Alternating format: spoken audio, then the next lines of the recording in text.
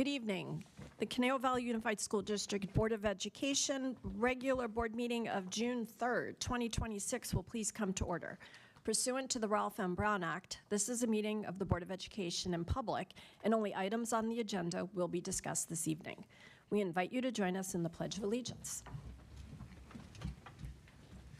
I pledge allegiance to the flag of the United States of America and to the republic for which it stands, one nation, under God, indivisible, with liberty and justice for all.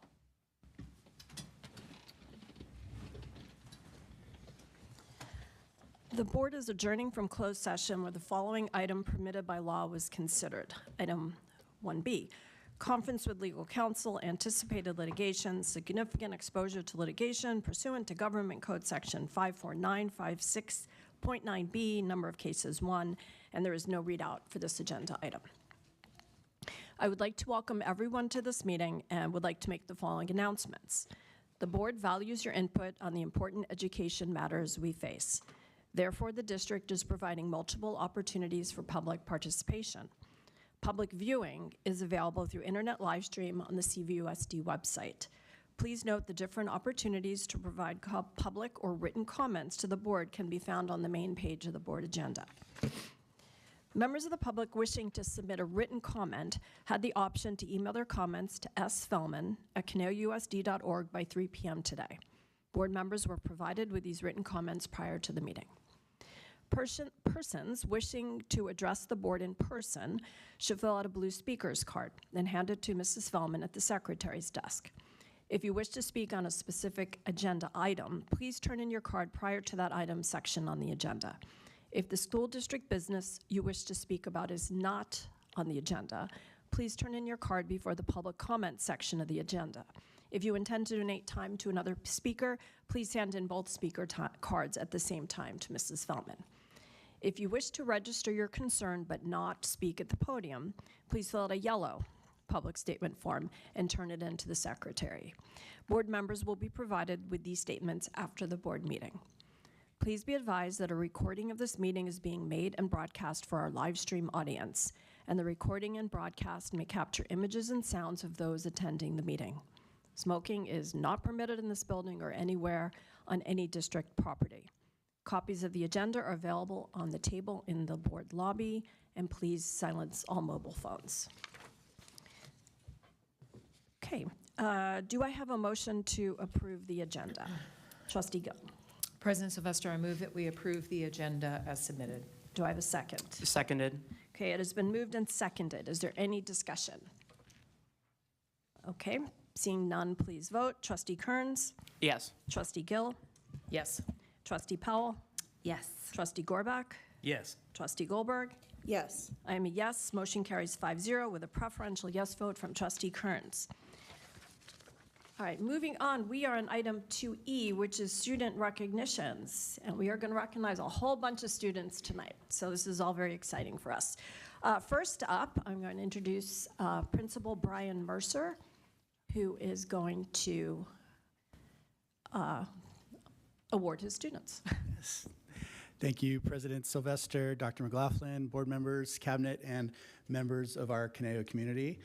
Really excited tonight, and thank you to the board for recognizing all of our students, each of our students. It's for all their hard work and all the academic achievements. It's a really special night. And I have the pleasure of introducing two students, the top student at each of my two schools, Century Academy and Conejo Valley High School. And so what we'll do is we'll start with Conejo Valley High School. And this award is called the CVHS Top Scholar. It's given to one student each year who not only earns the highest GPA, but who also exhibits hard work, dedication, grit, and high attendance marks. So I am proud to announce that our CVHS Top Scholar for 2026 is Rosa Santos Ramirez.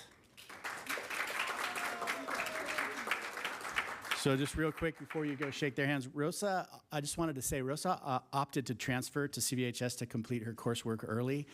She gave the maximum effort in the classroom, and her hard work and dedication and efforts were recognized by our staff as well.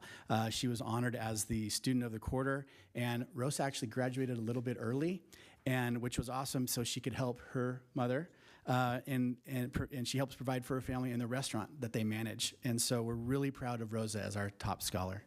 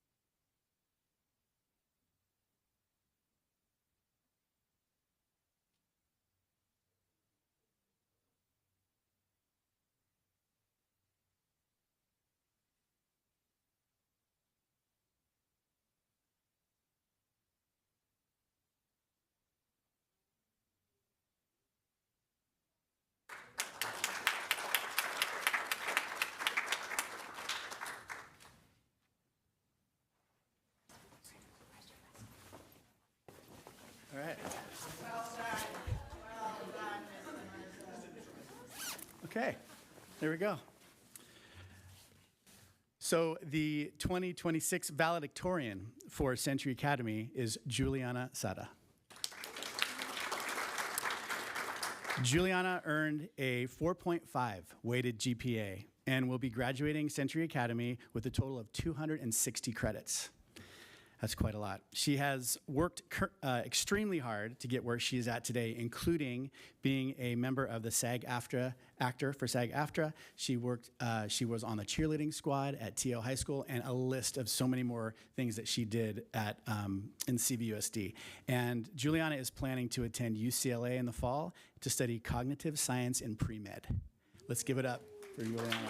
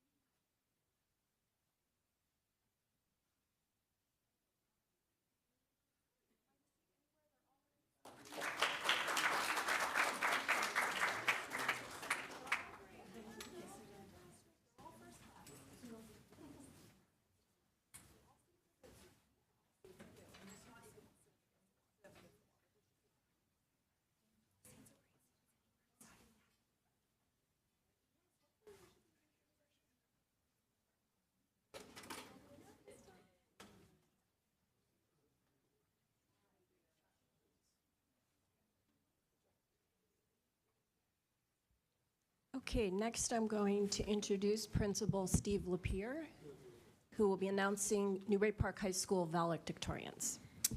Good evening, Board President Sylvester, trustees, Dr. McLaughlin, district leadership.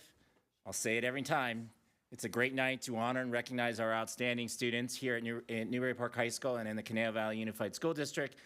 Thank you for having us tonight. Before we honor our valedictorians, I wanted to take a minute to highlight some of our outstanding achievements during our spring sports season. In boys golf, Aiden Peters was Marmoni League champion. The Newbury Park High School boys lacrosse made history by defeating Westlake and Agora for the first time since 2017 and made it to the CIF quarterfinals. Boys volleyball were co-Marmoni League champions with Westlake High School. The Newbury Park High School stunt team reached the CIF Southern Section semifinals and competed in the CIF State Championship tournament as well. In swimming, Zach Bolt was the Marmoni League champion in the 50-yard freestyle and qualified for the state meet. Megan Wang completed an incredible sweep, becoming the Marmoni League, CIF Southern Section, and CIF State champion in the 100-yard backstroke.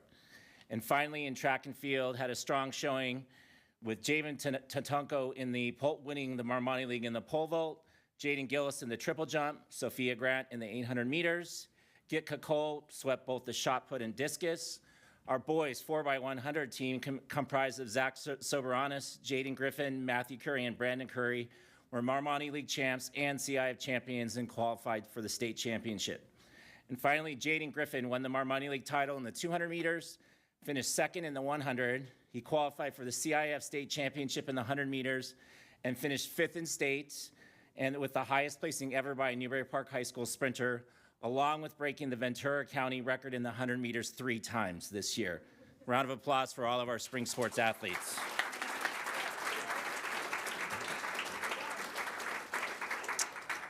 And now it's my honor to recognize 39 valedictorians from Newbury Park High School who achieved a cumulative GPA of 4.65 or higher.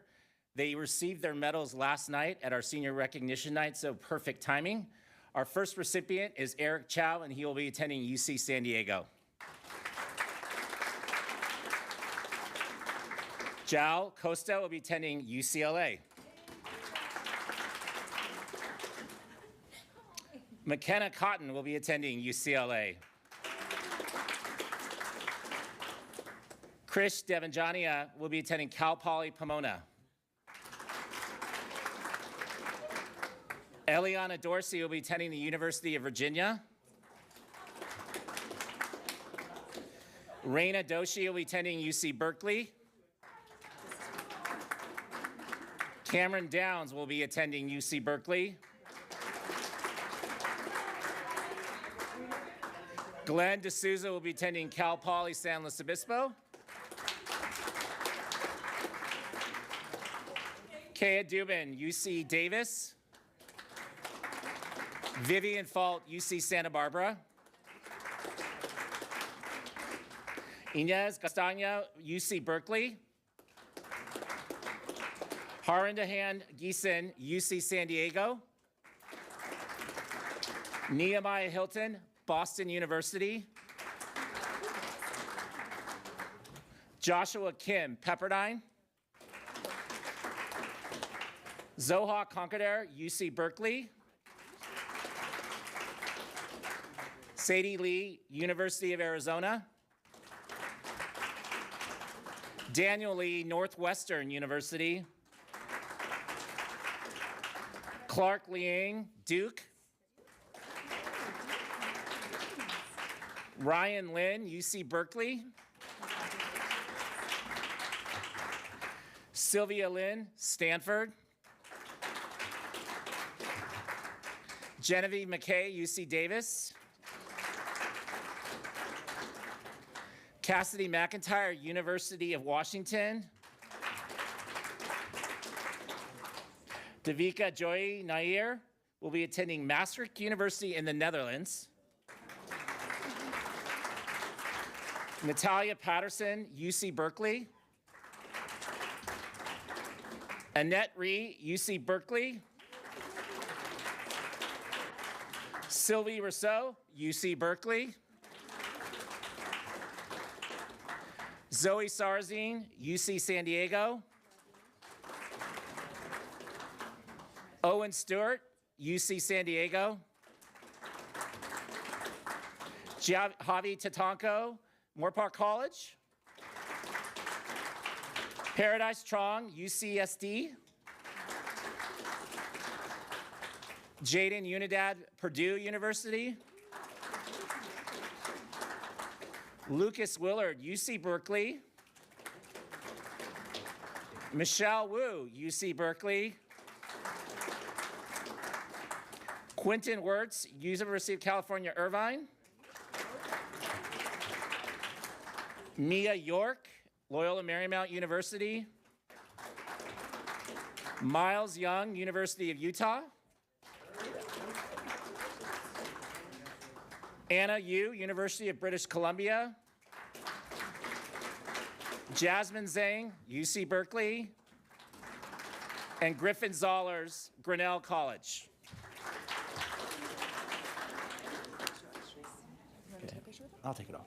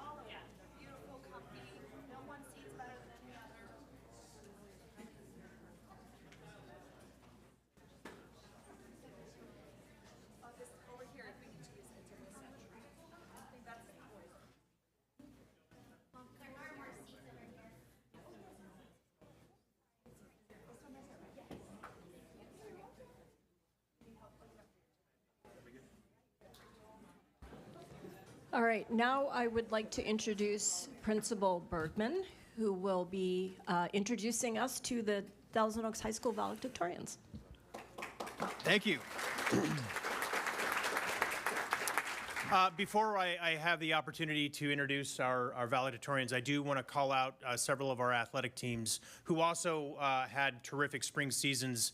For the 6th year in a row, our boys track team took home our Marmoni League title for the 6th year in a row. Pretty impressive.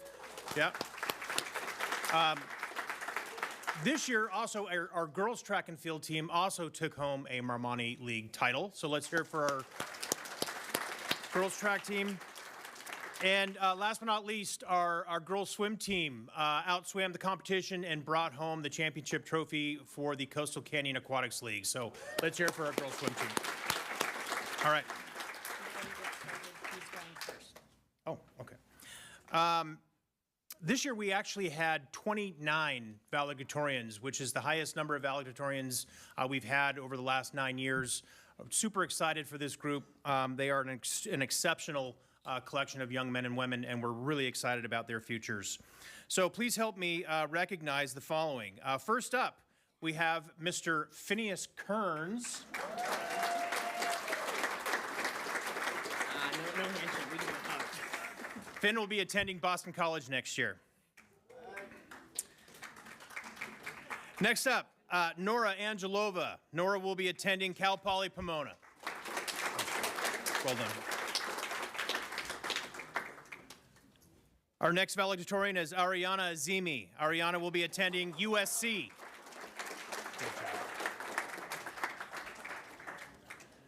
Our next valedictorian is Alina Bagheri. She will be attending Moore Park College.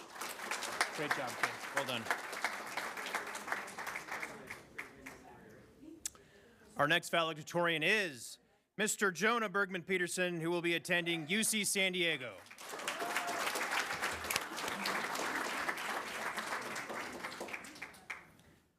Next up, we have Andrew Blanco. Andrew will be attending California Lutheran University.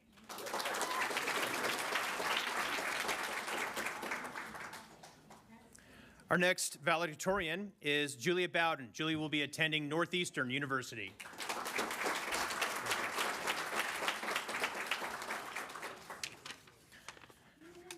Our next valedictorian is Lily Bowden. Lily will be attending the University of Texas, Austin. Great job.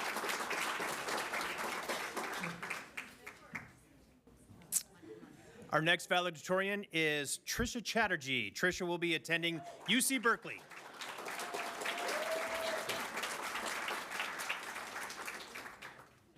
Next up, Gabriel Chin. Gabe will be attending the University of Pennsylvania.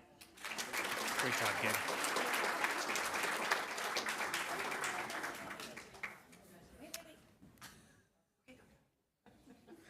Our next valedictorian is Cameron Cooper.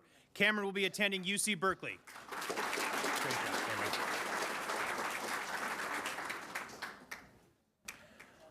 Our next valedictorian is Max Denninghoff. Max will be attending Brigham Young University. Well done, sir. Well done. Next up, Carter Ike. Carter will be attending UC Berkeley. Carter? Well done.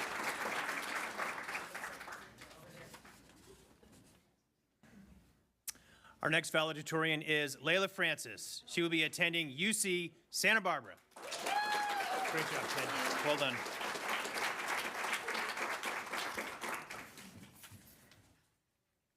Our next valedictorian is Olivia Johnson. Olivia will be attending UCLA. Well done. Our next valedictorian is Grace Kinkilla. Grace could not be with us tonight. She will be attending UC Irvine.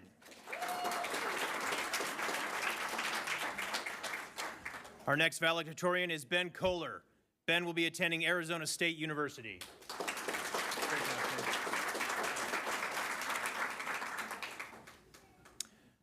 Our next valedictorian is Josh Lynn. Josh will be attending Youngstown State University. He could not be here this evening.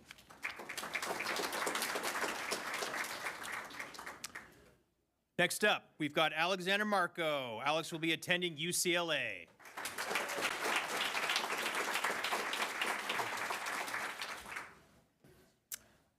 Also not able to join us this evening, our next valedictorian is Alex Molinar. Alex will be attending the University of Notre Dame.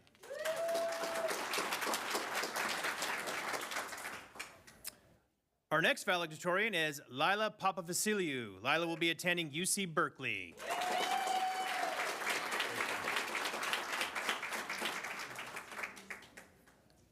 Our next valedictorian is Caleb Romeo. Caleb will be attending USC. Nice job, man.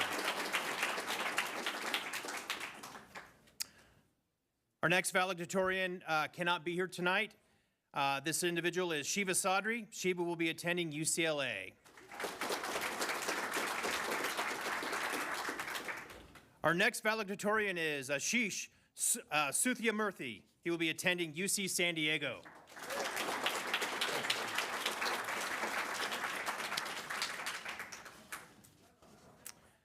Our next valedictorian is Christopher Toppy. Chris will be attending UC Berkeley.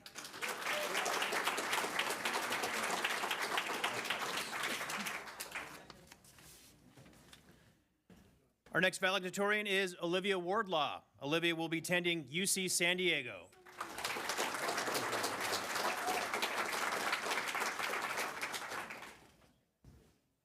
Next up, we've got Jade Yakel. Jade will be attending the University of Texas, Austin.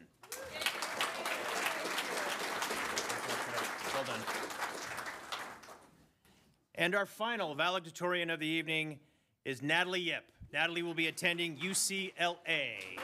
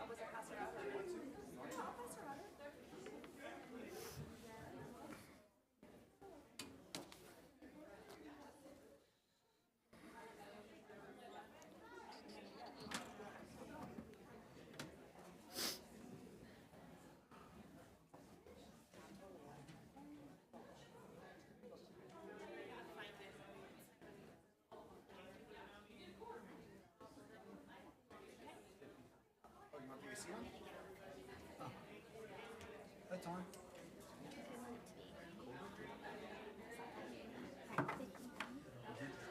I think I have 42 are here tonight.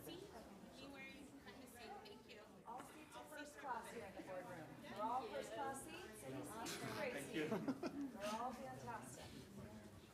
They all have the same level of cushioning. They all have the same leg room. Students in the front, feel free to sit anywhere. You guys are gonna fill it up. Here it comes.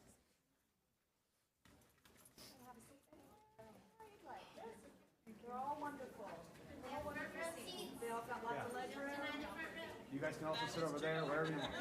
There's a lobby. Emergency exit, if you'd like to be over there. If you like emergency exit route.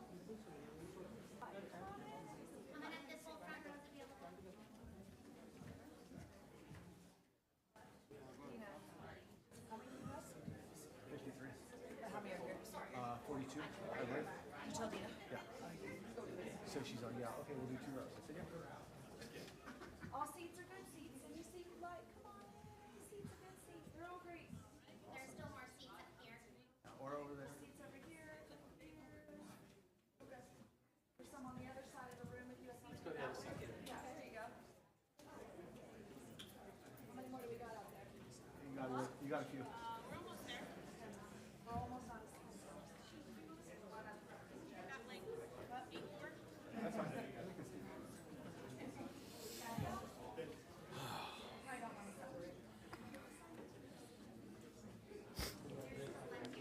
Oh, wow.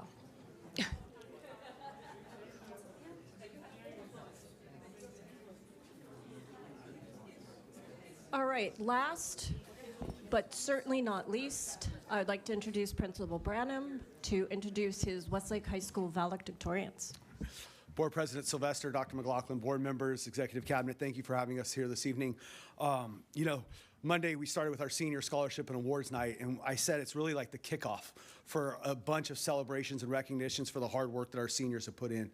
And this evening is just another step in that journey and the enjoyment that they're going to have over the course of the next 2 weeks with prom and grad night, graduation, and they won't enjoy grad practice, but the other things they get a lot of enjoyment out of. So we're excited to be here this evening to recognize our 53 valedictorians from Westlake High School. But prior to doing that, we would also like to recognize some amazing accomplishments in the athletic arena at Westlake High School. During the spring season, we had 6 different Marmani League champion teams. I'd like to recognize them. We had our boys lacrosse team, our baseball team, stunt cheer, boys volleyball, was co-league champs with Newbury Park, boys swim, girls swim, and we also had individual champions in boys tennis as well as track and field. So it was an absolutely amazing athletic spring for our team. So congratulations to all those sports.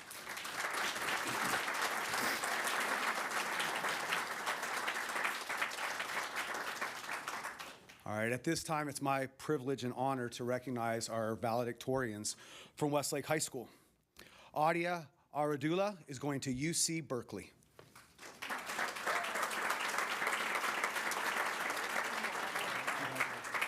Walk around there and shake their hands. Yep.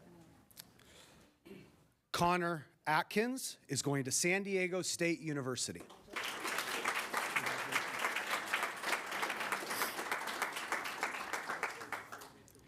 Caden Atkinson, attending UCSD.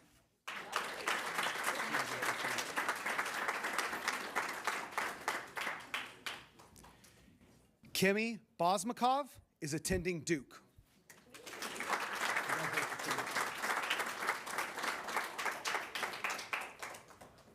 Jokin Bender, attending UCLA.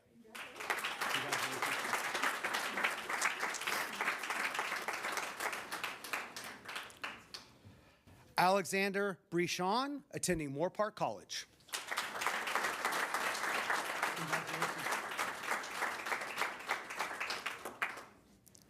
Anna Bronk, attending UCLA.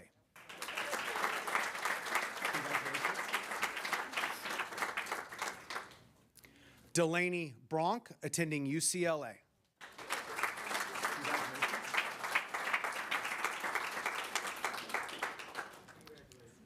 Rachel Castagna, attending Cal Poly San Luis Obispo.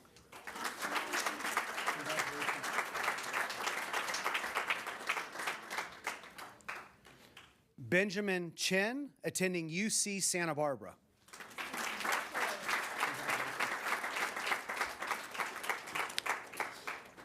The following valedictorian cannot be here this evening, but Samuel Semino will be attending Rose Hallman Institute of Technology.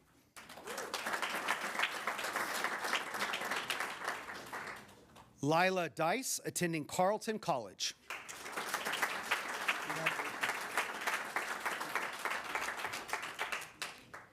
Peter Gardner, attending BYU.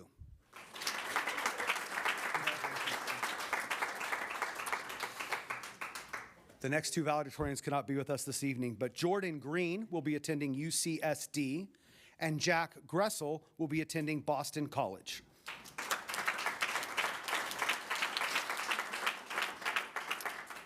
Jenny Guo will be attending Emory University.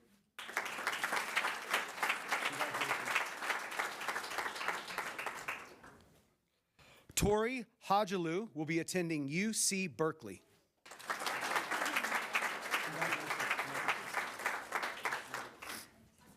Oh, this way. Overcome with excitement.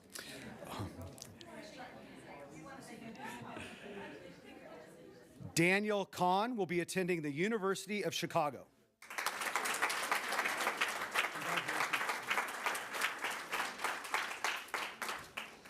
Ethan Carcoon will be attending UC Berkeley.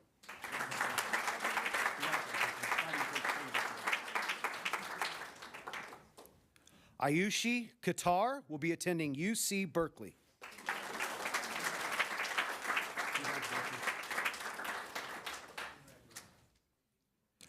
Lex Kirkpatrick will be attending UC Davis.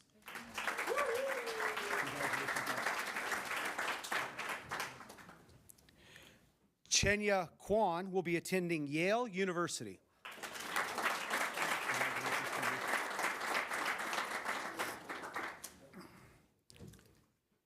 Derek Lee will be attending UCLA.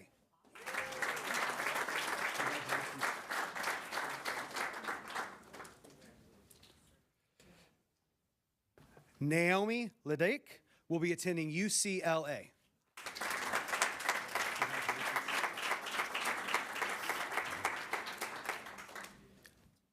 Amber Leanne will be attending Carnegie Mellon University.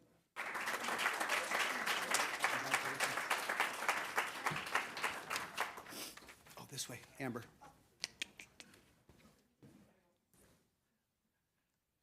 Hyo Lim will be attending Pepperdine.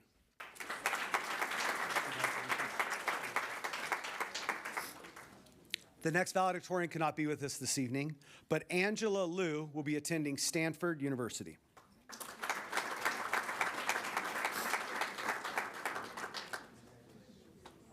Anya Manga will be attending Case Western Reserve.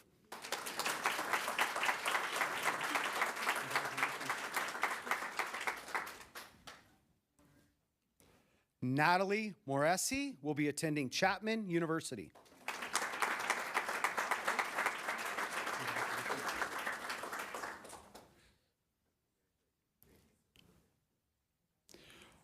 Ryan Mostafi will be attending Washington, St. Louis.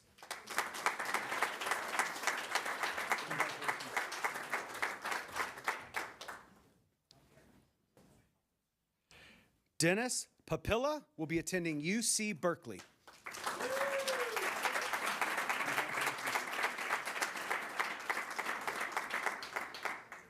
The next valedictorian cannot be with us this evening, but Lori Shien will be attending UPenn.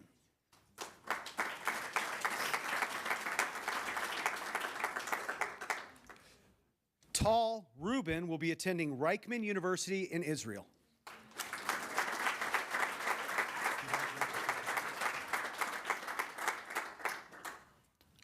The next valedictorian cannot be with us this evening, but Kate Ruby will be attending UCLA.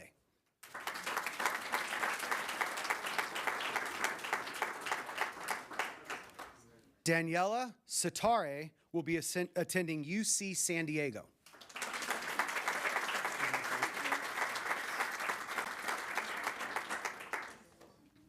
Aaron Smith will be attending Moore Park College.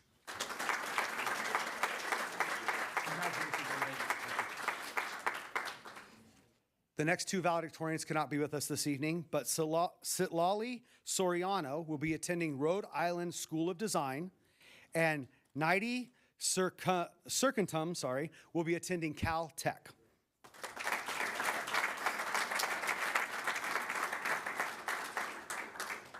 Jonathan Sang will be attending UC Berkeley.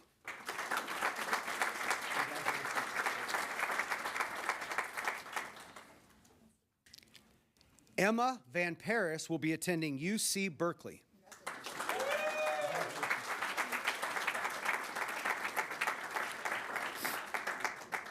The next valedictorian cannot be with us this evening, but Lynette Vargas Duarte will be attending UCSB.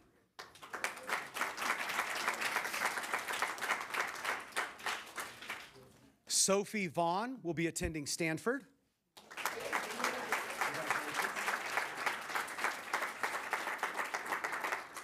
The next two valedictorians couldn't be with us, but Chloe Wang will be attending Dartmouth, and Quinn White will be attending Oregon.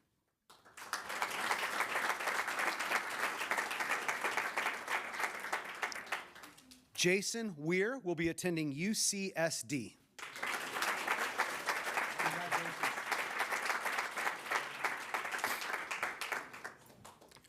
Alan Wu will be attending UCLA.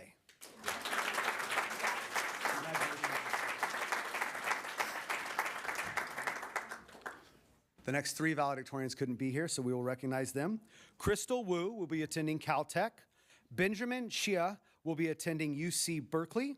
And Ashley Yanez will be attending UC Berkeley.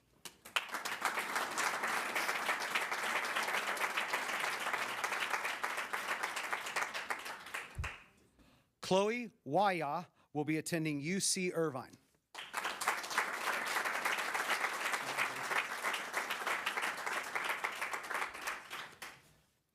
Isabel Yen will be attending UCSD.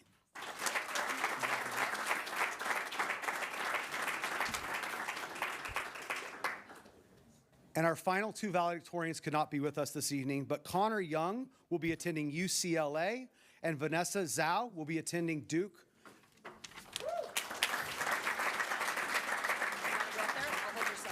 This is for them.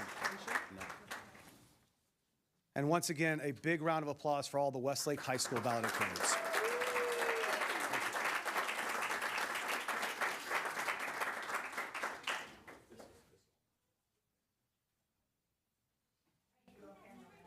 If you're in the front, kind of duck down a little bit so everybody can be seen. Thank you.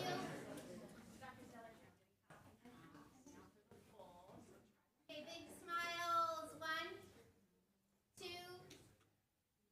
and 3. You'll come towards me when you're exiting, okay? All right, thank you, everybody.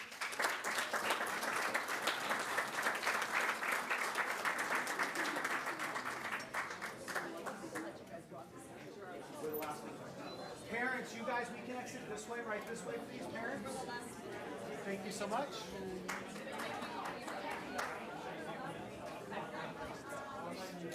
Thank you so much. Thank you, guys. Thank you. Thank you. Definitely. It was good. It was good. Thank you. Thank you. Thank you. Thank you. You read all of them so well. I messed up a couple, but I'll...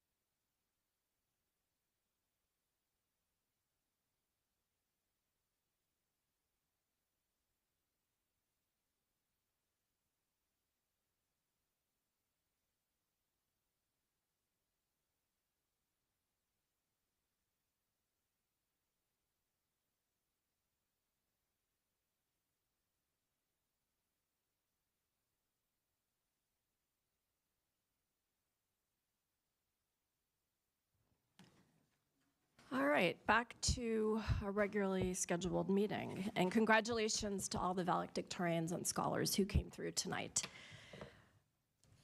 We are now at item 2F, public comments. The CVUSD Board of Education wants to hear from students, parents, employees in our community.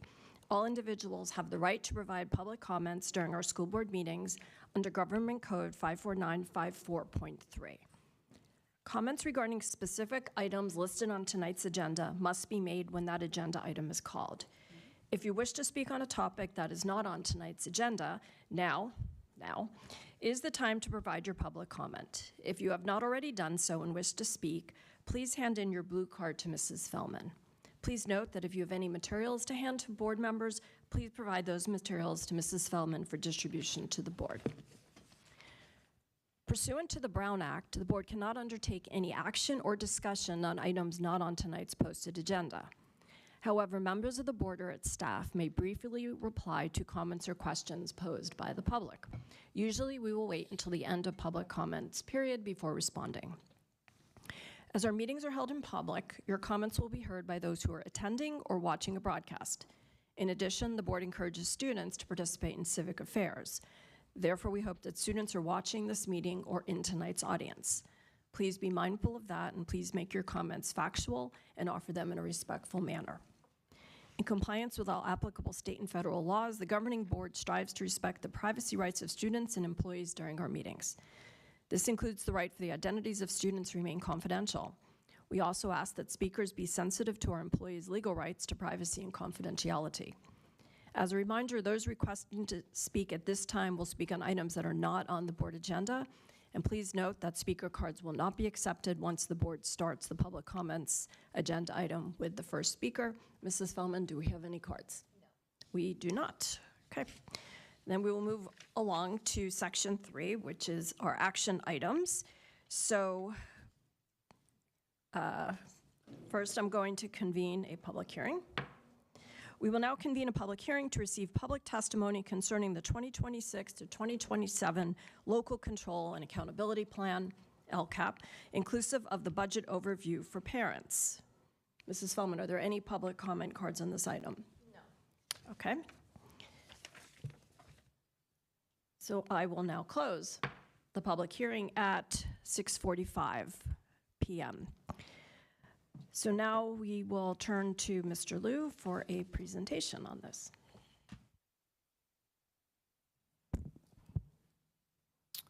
All right. Good evening. It brings me great pleasure to provide a presentation to our Board of Education and to the public on the 2026-27 Local Control Accountability Plan, or the LCAP, as well as the budget overview for parents. Just a quick overview on what is the LCAP. The LCAP is a 3-year plan that describes the goals, actions, services, and expenditures to positively support student outcomes in our school district. The LCAP is a function of the state of California's local control funding formula. On the right column, you'll see the required elements of the posted LCAP. I should note that the draft document, which is 131 pages, is included in this particular item, but you can see the list of required items here, which I will briefly go over some of them throughout the presentation. As part of the budget overview for parents, or the BOP as we call it, the BOP is meant to be a simple and digestible way for the community to understand the budgets and revenues for next school year, as well as a quick look at the prior or this current year's expenditures related to the LCAP. For the 26-27 school year, our LCFF base funding is about $186 million.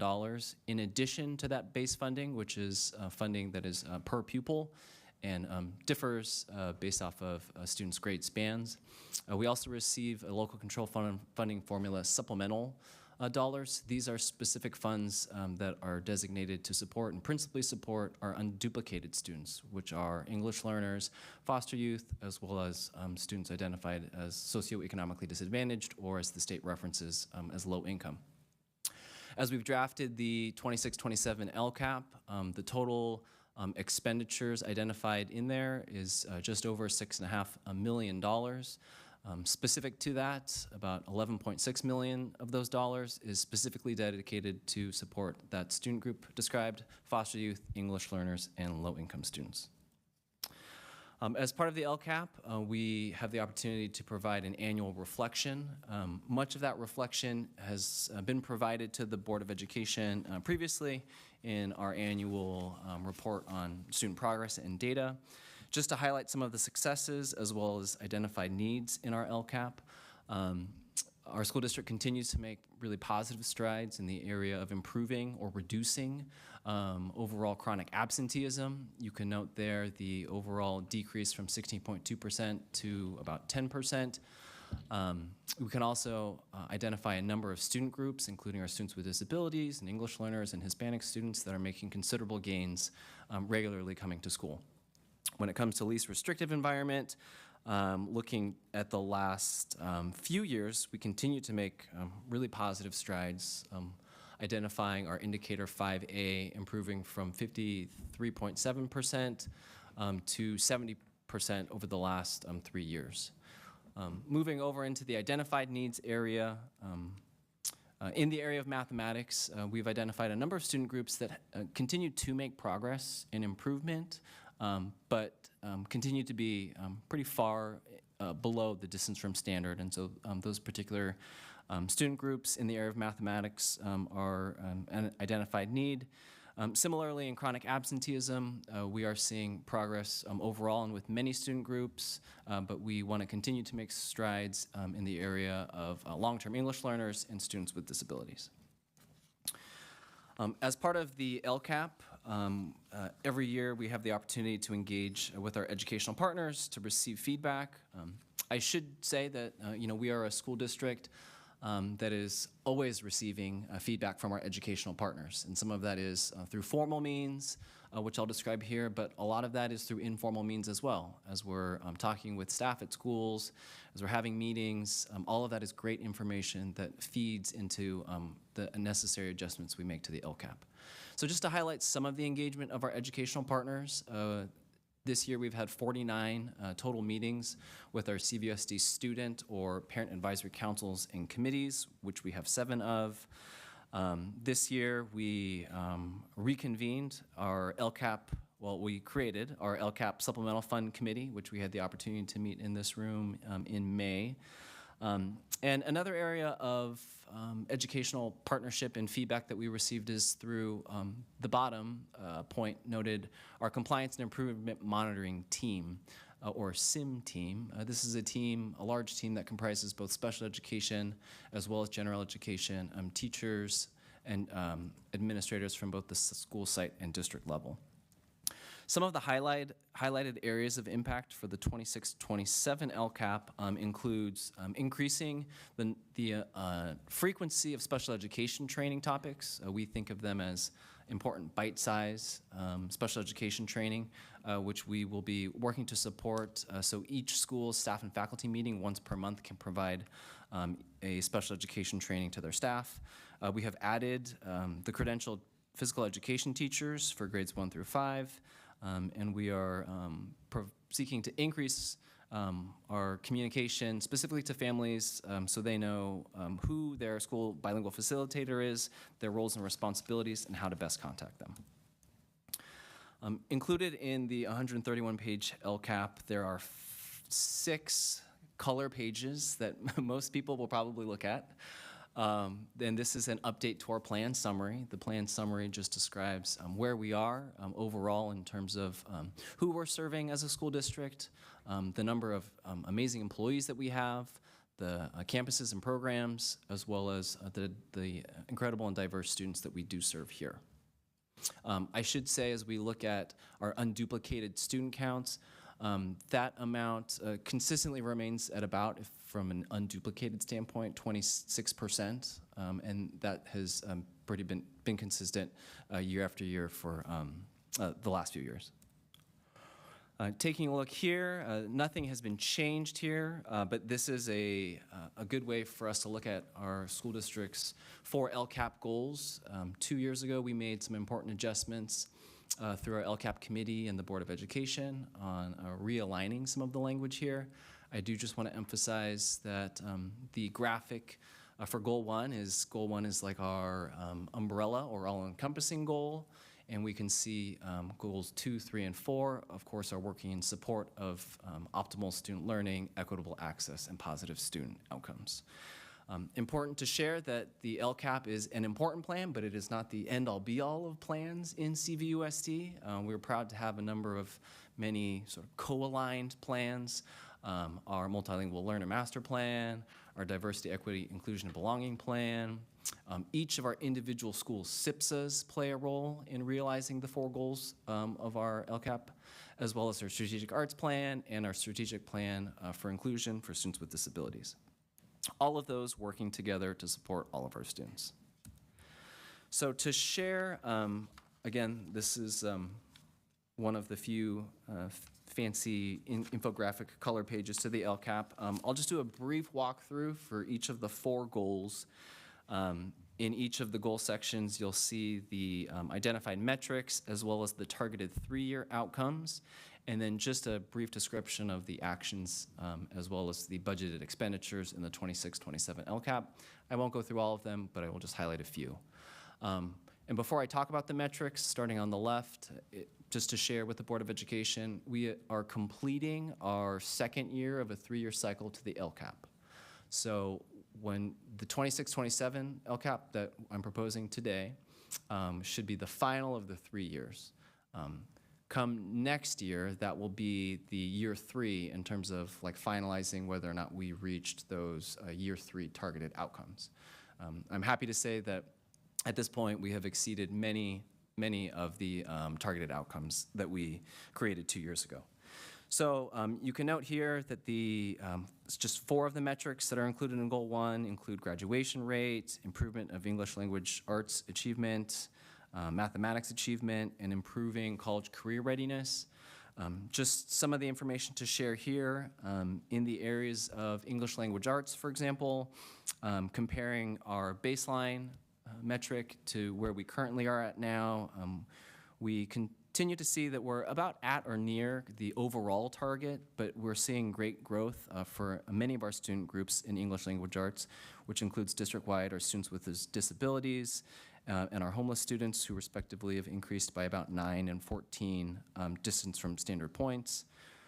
If you recall from the conversation a few years ago, this year's LCAP also required us to include every school that had the identified lowest performing indicator number, or indicator metric, meaning red in the dashboard or very low.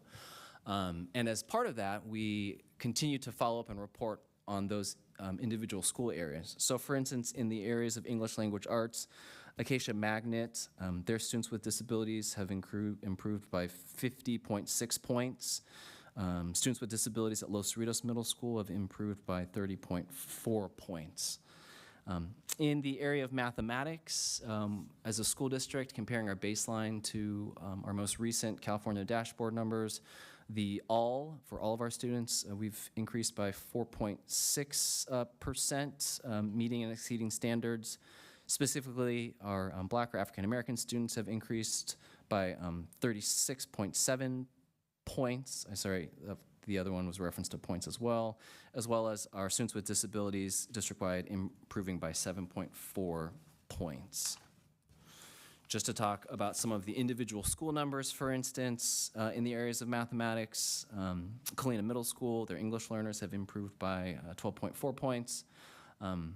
But we also do have some schools that have shown declines, and so I should acknowledge that as well. In terms of the actions and amounts noted here for Goal 1, Goal 1 is our largest in terms of expenditures, our probably most significant area. So we continue to provide English learner additional supports, including our ELD teachers, bilingual paraeducators, and bilingual facilitators, as well as additional sections and supports for our CBOC's newcomer program at Newbury Park High School. Additionally, we continue to provide reduced fees for the PSAT, SAT, and AP exams. We actually are increasing that expenditure amount by $5,000, just based off the increasing costs from the College Board. To note, all of our staffing costs have increased. We estimate about 1.5% to 2% more for staffing, just moving year to year, and that is totaled into our total overall budget.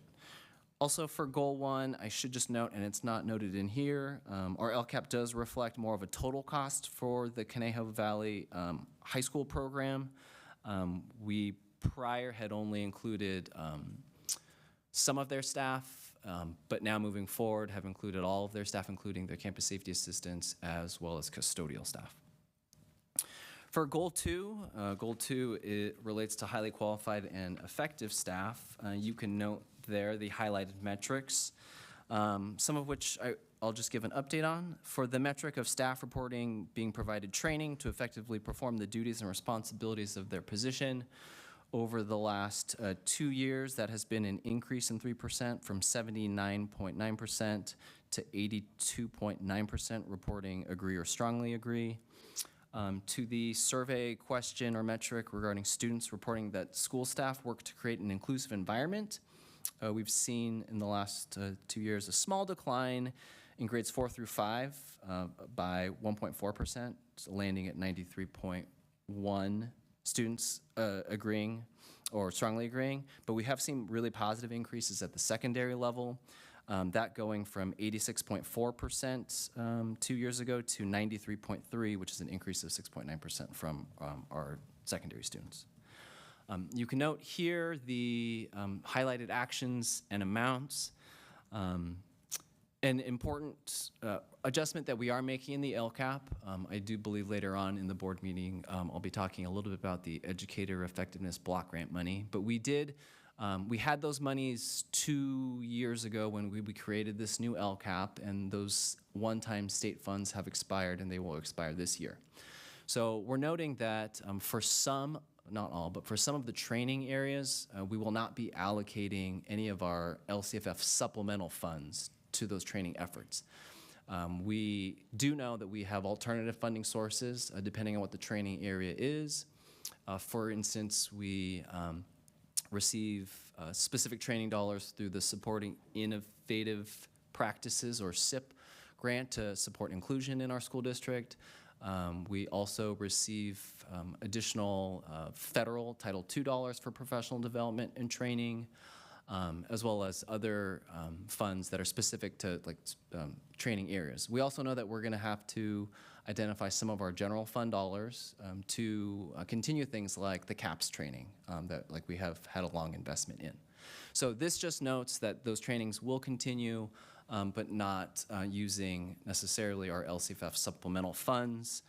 I should also just mention that as a school district, we're really well positioned to have our own teachers and staff to provide great training, as well as our teachers on special assignment, who in the area of inclusion, mathematics, and the arts provide really relevant and meaningful training too. So just because there's a change here does not mean that we are moving away from these training areas. In terms of goal 3 is a two-way communication with our families and our community, as well as community outreach. Some of the metrics include expanding our reach and engagement via social media. Big credit and thanks to Kim Gold, our communications coordinator. But we continue to see increases in followers in Instagram, as well as Facebook and Threads, which I don't know what that is, but I believe firmly that that is something. In addition, looking at our parent survey, that has also improved in the last 2 years. Parents reported feeling informed about their child's academic progress, increased from 91.6% to 93.4%. We don't see too much change in the area of goal 3. One important one I would mention that I already discussed briefly was having some feedback from our staff and families that attend DLAC. We want to find a more clear and simple way to communicate to all of our families who the assigned bilingual facilitator is. Ms. Stanziano and her team are working really hard to provide a really clear and crisp sort of a brochure with, this is your bilingual facilitator, here's a picture of them, this is how you can contact them, these are their hours, and this is how they can support you.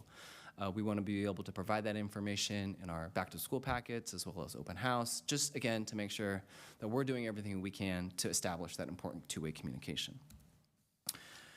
For goal 4, some of the metrics just to highlight include our overall attendance rate. Looking at our P2 ADA from 2024 to 2026, we've increased almost by 1 full percent, that being 0.89%. In the area of chronic absenteeism, as a school district, from our baseline year to where we currently are at now, we see an improvement in about 6%, with some really noticeable gains for many of our student groups. Just to shout out some of the individual schools that have made some considerable gains. Lang Ranch Elementary, their socioeconomically disadvantaged students have made 26% improvement in chronic absenteeism. Over at Madronia Academy, their students with disabilities have improved by almost 25% as well in the area of chronic absenteeism as well. To talk about some of the actions and services noted here. One adjustment is we are increasing the allocation to the Breakthrough Program using our LCFF supplemental funds, and that is to provide for the remaining 0.5 FTE of the secretary that does a lot of important communication, bilingual communication to families to attend and to participate at Breakthrough, as well as many other things to support the program. Half of their funding was grant funded through another state fund that is no longer available, so we were going to dedicate, fully fund that out of our LCFF supplemental dollars. So the other thing to mention, and actually as part of our highlights and presentation to the board, is we also provide a quick glimpse at the local indicators. So the California dashboard, we're often familiar with the gas gauges and those areas that we report on when I present in March. However, there are other local indicators that our staff do to complete and really a write-up for each of these, and it is published in our school's California dashboard. But for the area of priority 1, basic services, we're identifying that is met as 100% of our students have access to adopted instructional materials. For the area of priority 2, implementation of academic standards, we feel that we are in a strong position here in all of our instructional areas, but in particular excited about what's ahead for math and knowing that we're going to be adopting new instructional materials in math soon.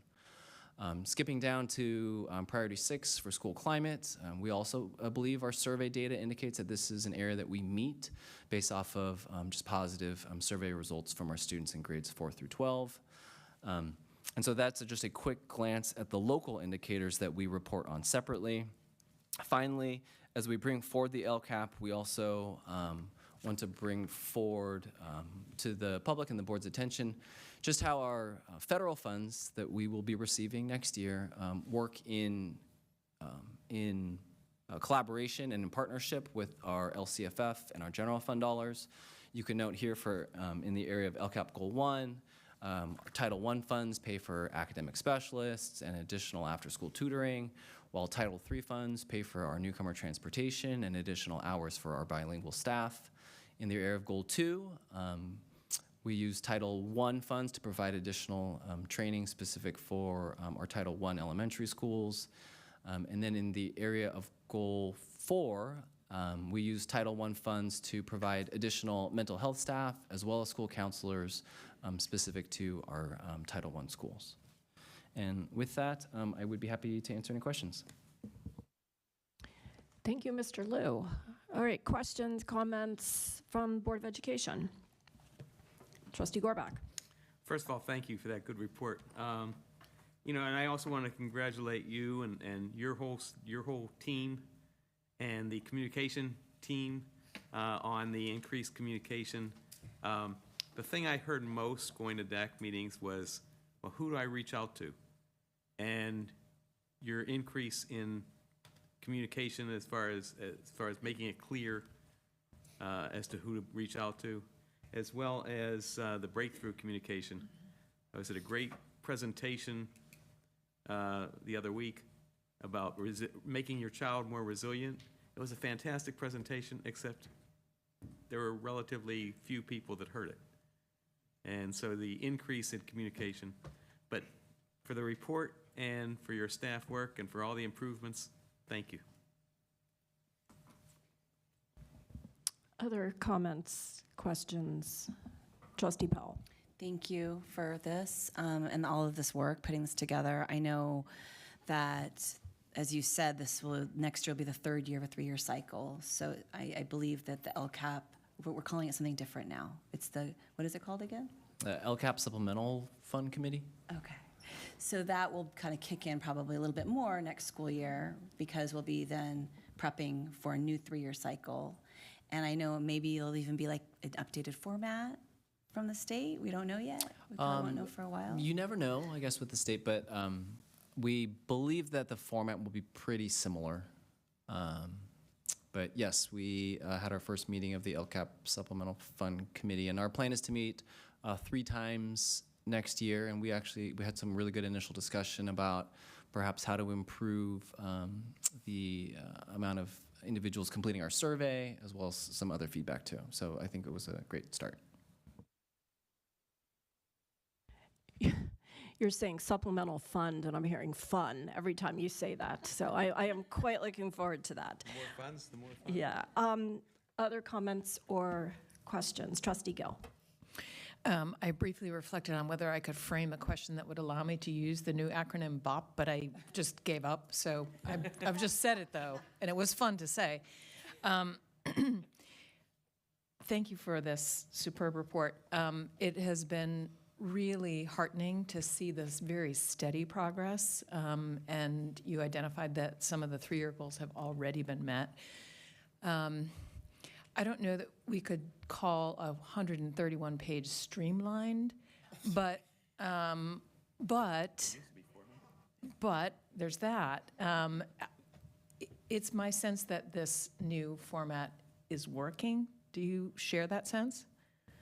I do, and new format meaning it was 2 years ago, this new 3-year cycle, that we decided to have a more of a focus on serving our unduplicated students, English learners. That's the word I students. should have used, focus. Yes, and so that has, I believe, proven to allow us to be more lasered in, to look clearly at metrics, and then also, too, on the fiscal side of things, to have a better monitoring and management of that, too. Thank you. So, Trustee Goldberg. Just on that note, because we did have a lot of discussions about focusing the LCAP, and it does seem to be more effective, especially since we're also looking at, I mean, you had it on that one chart, myriad other plans that address so many different areas within CVUSD. So we have a plan for every student. So I appreciate that. I mean, in looking through the 100 and whatever page LCAP, a few things struck me. One is we are making progress, and we have, in many cases, already met our year 3 goals, which confused me for a while, like, shouldn't we move the goal? But I wasn't going to suggest that. But that's great. The other thing that I really liked, and you pulled out a page, is the reflections portion of that. I think that's really important that we just don't get wrapped up in the numbers and the metrics and the dollar signs, but really to think back as to what went really well as what identified needs we have. And then the other piece is, at the start of this LCAP, the state had us add this extra step, which was to identify those schools and those populations within schools that were not performing well. And those had to be now included within this LCAP. And it seemed a little overwhelming, and Mr. Liu, you did a really excellent job of putting it all together and addressing it in the plan. And it seems like by having that focus and having our attention on that has been very productive. So I appreciate it. I know that's a lot of work. I know much as they're not changing, hopefully, the format next year, it will still be back to the drawing board and redoing it, and I think we have a lot of work, or maybe you have a lot of work ahead of you. So thank you. Appreciate all the work on this. Trustee Goldberg? Yeah, so you hit most of the points I was going to make, in that having this more focused LCAP, we were able to focus even on things that maybe people worried we wouldn't keep a focus on. We seem to have been doing a really great job keeping the main thing, which is our students and their progress. And I really appreciate that we're able to celebrate that we're meeting metrics in that are year 3 metrics, and also noting that we're not yet ready to celebrate everything, but we will be in a year. I am hopeful. I also wanted to say kudos to Kim Gold and her team of her and Elon. These graphics are so helpful. And I noticed that they've changed color a little bit, but they pop, and they're meeting parents the way they consume information these days. It's clear, it's clean, and regardless of if you're an English learner or like a bilingual family or just an English-speaking family, you understand what that graphic is trying to tell you. So I think it's really helpful for everyone. So kudos. And otherwise it was a great presentation. Thank you for all the work. Okay, any other comments or questions? All right, get to use the gavel again. We are now on item 3B, which is a public hearing. We will now convene a public hearing to receive public testimony concerning the 2026 to 2027 proposed budget, general fund, and ancillary funds. Are there any public comment cards, Mrs. Feldman? Okay, since there are none, I will now close the public hearing at 7:14. And I believe we have a presentation from Dr. Hayek. Well, thank you. As Mr. Liu oversees the House, I'll talk about the nuts and bolts that hold it together. It's good, right? This is good. We recently received our Certificate of Excellence in Financial Reporting for our 24-25 audit. We will submit again for this year once we complete the 25-26 school year. This still puts us among the very few school districts in California that do a annual comprehensive financial report as opposed to just a regular audit. So we're in tops as far as financial transparency to the public and our community. When we put this budget together, we use a number of different sources. As you know, the budget at the state level isn't passed yet. The governor proposes his budget, goes to the legislature. So the information that we have is not completely set yet. So we need and rely on a number of organizations that lobby at the state level and provide us some information, some of it financial, some of it some political outlook, some of it economic. I just highlighted a few sections here about the May revise that the governor just proposed 2 weeks ago. It does not include any significant ongoing funding or new programs, which is good for us, and it does contain some welcome provisions that benefit public schools of 4.31% COLA, $2.4 billion of ongoing increase in special education. That is that's very big for us, and one-time funds that in January were about $2.8 billion and now are about $5 billion. So those one-time funds in January when we were looking at this, was about $6 million, and now it's over $13 million. So there is some people that aren't happy with the proposal. It looks good on a headline, but when you look into the details, there are some concerns for us. CSBA noted that the quote-unquote administration's generosity is undercut by its inclusion of funding for one-time projects and one-size-fits-all mandates instead of investing those resources in base funding.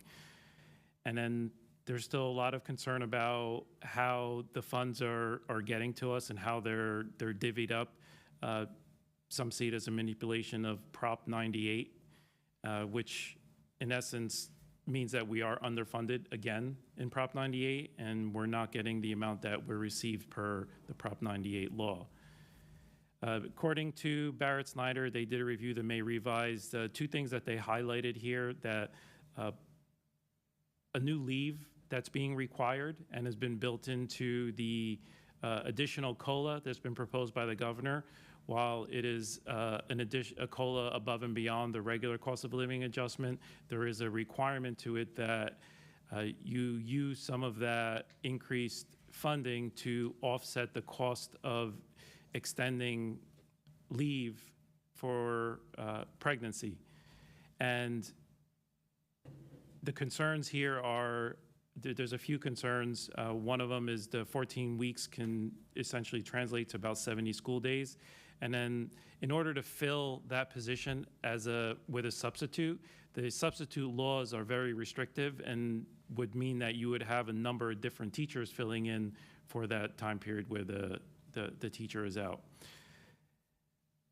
Along with that, it's the concern about setting a precedent. COLA is meant to help us keep pace with inflation and our existing obligations, and building in a mandate into COLA isn't good for us, and it does open the door for, if they could do it now, what's to say it's not going to happen every year, and every time they increase our funding under the bracket of a cost of living adjustment, they add some stipulations of, oh, well, now you could do this, this, and this. And, you know, it's just going to require some conversations at the bargaining table because, again, what's in the headline isn't exactly what's reflected in the details. They have, just let me jump in really quick, they have tried to bring that through law. I think twice it's been brought up at legislation, and it's, and it's been voted out or not brought forward to sign as a bill. So I think there is some frustration that knowing that this has not been successful at the legislative level, that now they're tying it to these funds that we're getting. So there is a bit of frustration on how this is getting placed into the budget at this point. The Legislative Analyst's Office, which analyzes the governor's budget and reports back to the legislature, their key warning here is that the out-year deficits persist because of there's still a structural imbalance in the state budget. There is very heavy reliance on revenue growth based on personal income taxes, and those fluctuate based on the economy. This was a recent article by the Mercury News, which is up just south of Sacramento. They noted that the budget passage is still uncertain at this time because of some of the major points of contention for some groups. There are major education groups that oppose the proposal, including CTA, CSBA, AXA, county superintendents, PTA, CFT, SEIU, CSEA, and CASBO are urging the legislature to reject the governor's proposal. There is one of those concerns is withholding of the Prop 98 funds, and really the direction here is that we just need to prepare cautious multi-year assumptions, preparing for flexibility because of the future uncertainty. Plus, even between now and June 30th, if they don't have or whatever happens and changes in the proposal, we'll have to reflect and adjust our budget and bring back to you at the first interim. School services, they always give us both sides, the good and the bad, and the risks that they've identified. Here's the governor's settle-up proposal, which is the Prop 98 shortage and moving some funds around within the budget stabilization account and the rainy day fund. Declining enrollment, increased cost pressures affect most of the school districts in California. Although the economy has been running pretty well, it's still some economic uncertainty. There's some thought at some point in time we're going to hit some sort of recession or downturn in the economy, which translates to volatility in state revenues because it's so heavily based on tax collections. So when we put our budget together, we use a number of different assumptions. We detailed them here so the board and the public knows and understands the basis of how we formulate the numbers that we propose moving forward. These are subject to change. Obviously, enrollment fluctuates. Our contribution percentages remain the same for benefits, although the number of employees change. So these are just a baseline that we use to do our calculations, just to give you some perspective of how we arrive at our proposed budget. Now, why it's difficult to put this budget together is because it's not as easy as just looking at enrollment or average daily attendance. You know, every student generates essentially a different amount of money. And as they move through the grades, that amount of money changes. A TK student this year, when they move into kindergarten next year, this year they generated $17,515, for example. Next year as a TK, that'll be only $11,800. So you can imagine as the students move up through the grades, the money behind them varies greatly. So for next year, we're looking at LCFF funding of just over $196 million. $8 million in federal funding. While there was a lot of instability and conversations in the past year or so about federal funding, we expect federal funding to remain flat, and we expect to get the same thing that we got in the prior year. There is some shifting of the responsibilities from the Department of Ed to other departments on the federal side, but we have no indications and there's been no conversations that that's going to affect the level of funding support that we're going to get. State level, we're looking at about $16 million with $11 million of restricted dollars. And you see here the discretionary block grant. This is the one-time funds. It's about $13.7 million for us. It's a pretty significant revenue for us, but just keep in mind, it's only one time. And on the local side, we're sitting at about 24 million. Total in revenue, we expect just under 260 million. And you could see on the chart on the right, LCFF reflects about 76% of all of our revenues. And we put it together here, comparison, so you can see what we reported in 25-26, that second interim, and then where we are now, and you can see the major differences in the revenues. So you hear on the headline that the COLAs combined is a 4.31, but for us, it's really just a 2.8% year over year when you figure our enrollment adjustment. We are seeing an increase in supplemental funding in LCFF that Mr. Liu had just went over in our LCAP. We're always sit well with that because we actually allocate above and beyond what we're required to on the supplemental dollars. And federal, just slight change. State, again, just a slight change. The one-time block grant here, these are the one-time dollars. We did get 4.6 million this year and the 13.7 next year. So looking at it from a year-over-year basis, it's an increase of $9.1 million, not so much as the 13 when you figure the 2 years in a row. And on the SELPA is the Special Education Local Plan. What's the A? Agreement? Area.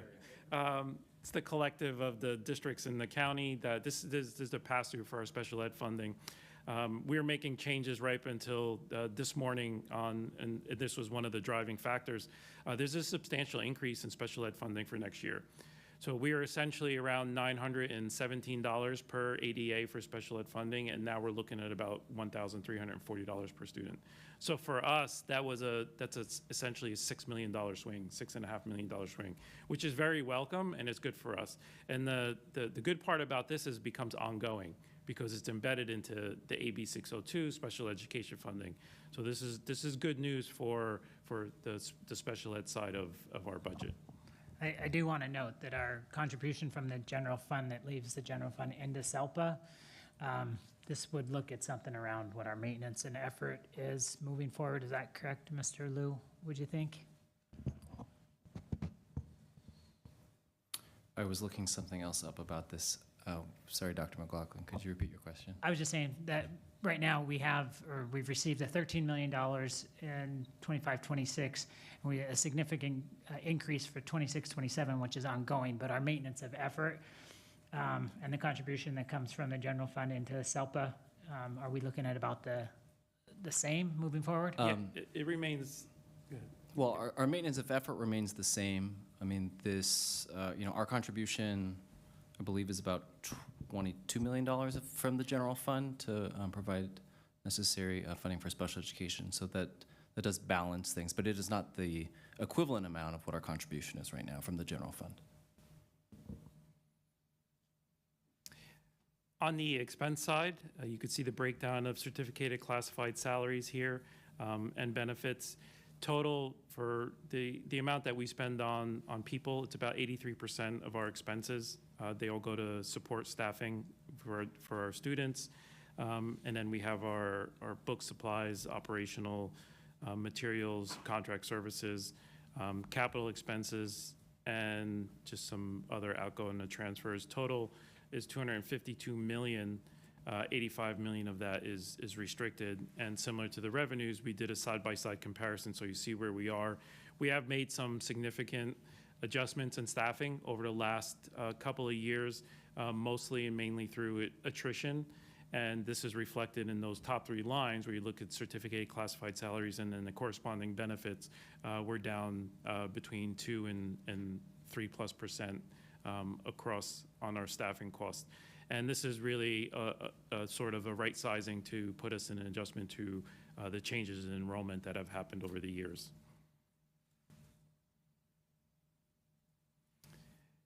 Put this all together, on the unrestricted side, we're going to start the year, we expect, with around 16.6 million, 205 in revenue and then 166 in expenses. And then you have the 23 million that is coming out of unrestricted into restricted. That's still the contribution that we're putting for routine restricted maintenance and through special ed.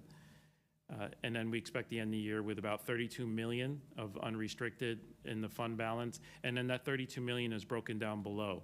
Now, in the past, we've had a $3 million fiscal stabilization reserve, but heeding the guidance of the number of organizations, what I just reviewed earlier, we propose to take some of the 3 million of those one-time dollars at 13.7 and then just add it to our local fiscal stabilization reserve, taking it from 3 million to 6 million. It does leave it available and accessible for us, but also provides us a little bit of a cushion should we need to bridge a gap in an inconsistent or a downturn in our funding. The mandated reserve is at 3% of expenses. We're required to keep that as a minimum, and that's reflected in the 7.6 million. So in the end, it nets us about 18.1 million of undesignated fund balance. On the restricted side, we still have a number of grants that we're working with, and it's reflected here. We should expect to start the year with about just under 13 million. I expect another 54 million in revenue, and then 85 million in expenses. And that's not really a shortage. It's just that when we get funds in advance, we spend them over the years, so it's not reflected in revenue. Those are reflected in the estimated beginning balance. So we do expect to end the year just shy of 5.5 million in restricted as we wind down those restricted dollars that have carried over for years past. So when you look at it combined, it's about 37 million of a fund balance. You look at the column on the right and the breakdown of that 37 million. It's the same as the 32 million, which I just referred on the unrestricted side, but included in there is the 5.5 million from restricted.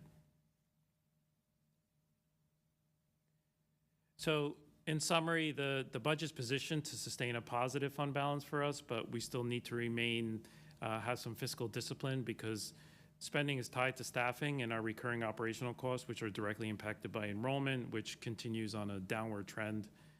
And the proposed 3 million increase in fiscal stabilization reserve from one-time funds will help us position for future fluctuations in state funding. So that's next year, and then now we look forward to the two subsequent years after 2027, so it's 28 and 29, if you can believe that. This is the budget goal that we reviewed at the Special Board of Education meeting on May 27th. It essentially notes that we're going to align our ongoing expenses with stable and reliable revenue sources. This goal gives us the flexibility to react using our reserves as opposed to making one-time drastic changes if we're put in a position of inconsistent funding. So we use that thought process as we move forward, as we build the multi-year. And because we're driven and you get the headlines on what the cost of living adjustment is every year, we put this table out for you so what you can see is the actual dollars and what the percentage translates into year over year. As I mentioned earlier, 4.31% COLA is really a 2.8 for us. And then in the out years, because of the enrollment adjustments, 3.3 COLA sounds great on paper, but it's only 1.92 for us. And in the third year out, in 28 or 29, a 3.09% COLA is 1.66% for us. Now, everything I'm saying will completely change when I come back to your first interim because they always do. And again, we're driven by enrollment, so you can see our projected enrollment. The second column, we did do a demographic study, which was back in 2018, and we had it updated in 2024. We're trending slightly above where the demographic study said we would be. TK has been a pretty big impact on that. The additional students in our transitional kindergarten program it's a great service for students and it generates dollars for us. But it is an expensive program because the student to teacher ratio is very small. It's 10-to-1 with a teacher to student, and then 20-to-1 is if you have a para in the class along with the teacher. So then you see our projected enrollment in the next column for 26-27. The demographic study said we'll be at 15,109. We expect to be around 15,313. And our projected ADA on that is about 14.6. And then our funded ADA is 14.9. Now, there's a difference between funded and projected ADA because we're on a rolling 3 years. So every year, we have the earliest year drop off, and when you're in declining enrollment, the earliest year is always the highest. So it gives us a little bit of a soft landing when when it comes to ADA and funding. And these are the factors that we use in the multi-year projection, our cost of living, I just mentioned. We did break out for 26-27 because the COLA is truly what is given is a 2.87. The additional COLA, which is referred to as a super COLA, which is not really a super COLA because it's tied to some mandate we have to follow. We broke it out separately as a 1.44 additional. You see the enrollment, our ADA, our unduplicated pupil percentage doesn't really change very much. And we've been fortunate, I think all schools have been fortunate that the pension rates have been pretty consistent over the last at least 5 or 6 years after going through major increases years prior. We don't have any negotiated salary adjustments reflected in any of the out-year budgets. Those are all TBD. We do anticipate every year about 30 teaching retirements. And then we manage our FTE counts and enrollment based on the changes in staffing that happen naturally through attrition. And here are our staffing ratios. And then we did note the one-time block grant is essentially about $936 per ADA in funding. So the 26-27 column is what I just went over earlier. And then when you move into 27-28, we expect to start the year at about 37. Our revenue drops down to 247 million. Keep in mind, we're at 260 to 247. There's your 13 million one time. That's the kind of impact one-time dollars have, is you have them today, but you don't have them tomorrow. And then our expenses, we do have a slight reduction in expenses as we continue to make adjustments, forecast in 27-28. We're about 250 million. So we're pretty close to a balanced budget, even without one-time dollars in 27-28. And then in 28-29, we're essentially right there. You see 250 million in revenue, 249 in expenses. So we should end the year operating in a plus $1 million situation. And then you have the breakdown of the ending balances there on the bottom. So our budget is balanced across the multi-year projections. We have reserves that are above what's required by the state, and our fund balance is stabilized with the support of the one-time funding, which is very much welcome. The primary caution is that the forecast depends on disciplined staffing alignment with enrollment trends and planned movement costs back to unrestricted resources and the drawdown of that restricted carryover dollars. So the other funds that we have here, our Student Activity Fund, this is a new requirement that is about 2 years old now. We have to report our ASB accounts through our financial systems, which is a change and a transition we're working on now to get them into our financial system.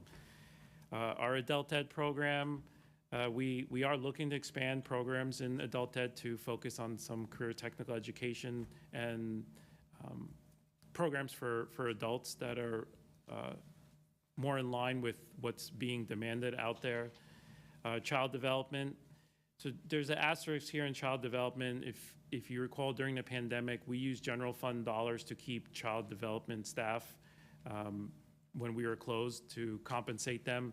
And we're in a position now where child development has been performing well, and it's time for them to pay us back. So we did a essentially payment plan with child development, and we're taking another $400,000 next year. We expect to pay back into the general fund dollars that we're owed. And we'll just take it year by year because we're not going to put them in a position of any financial distress. Cafeteria special revenue, that's our child nutrition fund. You see our income is 10 million, but expenses are 12 million. We are running cash flow positive. That 12 million, the double asterisk is there on the bottom. It includes about $4 million of capital expenses and improvements we intend to make next year that by law we're required, we can only carry 6 months of balance in child nutrition funds. So we have a spend down plan to spend down the amount of money that we have. And we'll be working next year to make some major renovations at TO and Newberry kitchens and cafeterias, and then Westlake will follow. Westlake being the newest, needing the least amount of major work that needs to be done there. So that is reflective of a drawdown plan on capital expenditures. Deferred maintenance, we are putting our facility use dollars in there. We expect about $750,000. We do have some deferred maintenance projects budgeted in there, about $500,000. We're maintaining this because we know we're on the tail end of Measure I, and Measure I is going away, and we don't have a bond to replace it right now. So we don't want to make sure that we're not stuck for any major capital expenditures moving forward. The next two are Measure I, building fund, and then technology. You can see the building fund is expected to have really just over $1 million by the end of 2027. We're really winded down the capital projects. We just had a presentation on that a couple of meetings ago. The technology one sits with a high balance. If you recall, we sold bonds at an opportune time, taxable versus non-taxable, which allowed us to keep those funds for a longer period of time with no deadline to spend, and we've been earning some pretty good interest on those dollars. Developer fees, there have been some developments in the community, and we have been taking in some fees on the developer side. We estimate we'll take in about $750,000 next year. We have some projects that about to the tune of $1.6 million we're going to use to improve our school sites. And then Topaz, similarly, we have some projects designated in there. Same thing, we're sitting on those Topaz dollars because for future capital expenditures as we come out of the tail end of the bond. Topaz Foundation is funds that we have set aside for our PACs, but we should be we'll expend these in the next few months and then square that account away. Surplus property, just some funds here that we have residual from the sale and purchase of the properties we did a few years ago. And then bond interest redemption is the Measure I interest and principal payments that are made through the county. Work comp and health and welfare expected to run in a positive fund balance at the end of the year, and private purpose trust is a small pass-through for some scholarships that come in and out. Woohoo! Woohoo is right. Any questions or elaborations? I'm happy to take. Trustee Kearns. Well, woohoo indeed. That was a great presentation. So thank you. I just want to highlight just how incredible that work has been in insulating us from the crazy funding ups and downs, whether it be state level tax deficits and not collecting enough tax money, or the federal government saying maybe we're not going to fund these really important initiatives for students, or maybe we're just going to say I'm not going to go further on that. But yeah, so thank you, Dr. Hayek, for all that you do for our district. I think it really shows, especially when in comparison to other districts, even in the area, of how much better off we are because of your expertise and because of what you have done to insulate us from that. Really also goes to show how important local government is and how important LEAs are in the process of guaranteeing that students have access to funding these sorts of things and balancing our own budgets. So thank you. Thank you. Other comments or questions? Trustee Powell. Good job, Vin. Good, Trustee Kearns. I did have a couple questions. So just to clarify, so the block grant that's coming for next year, that is limited time. It has to be expended by June of next year, or? No, there's no time where it has to be. Okay. But here's the rub. It's discretionary, but it's restricted. Which, when we bring it up, nobody knows what that means.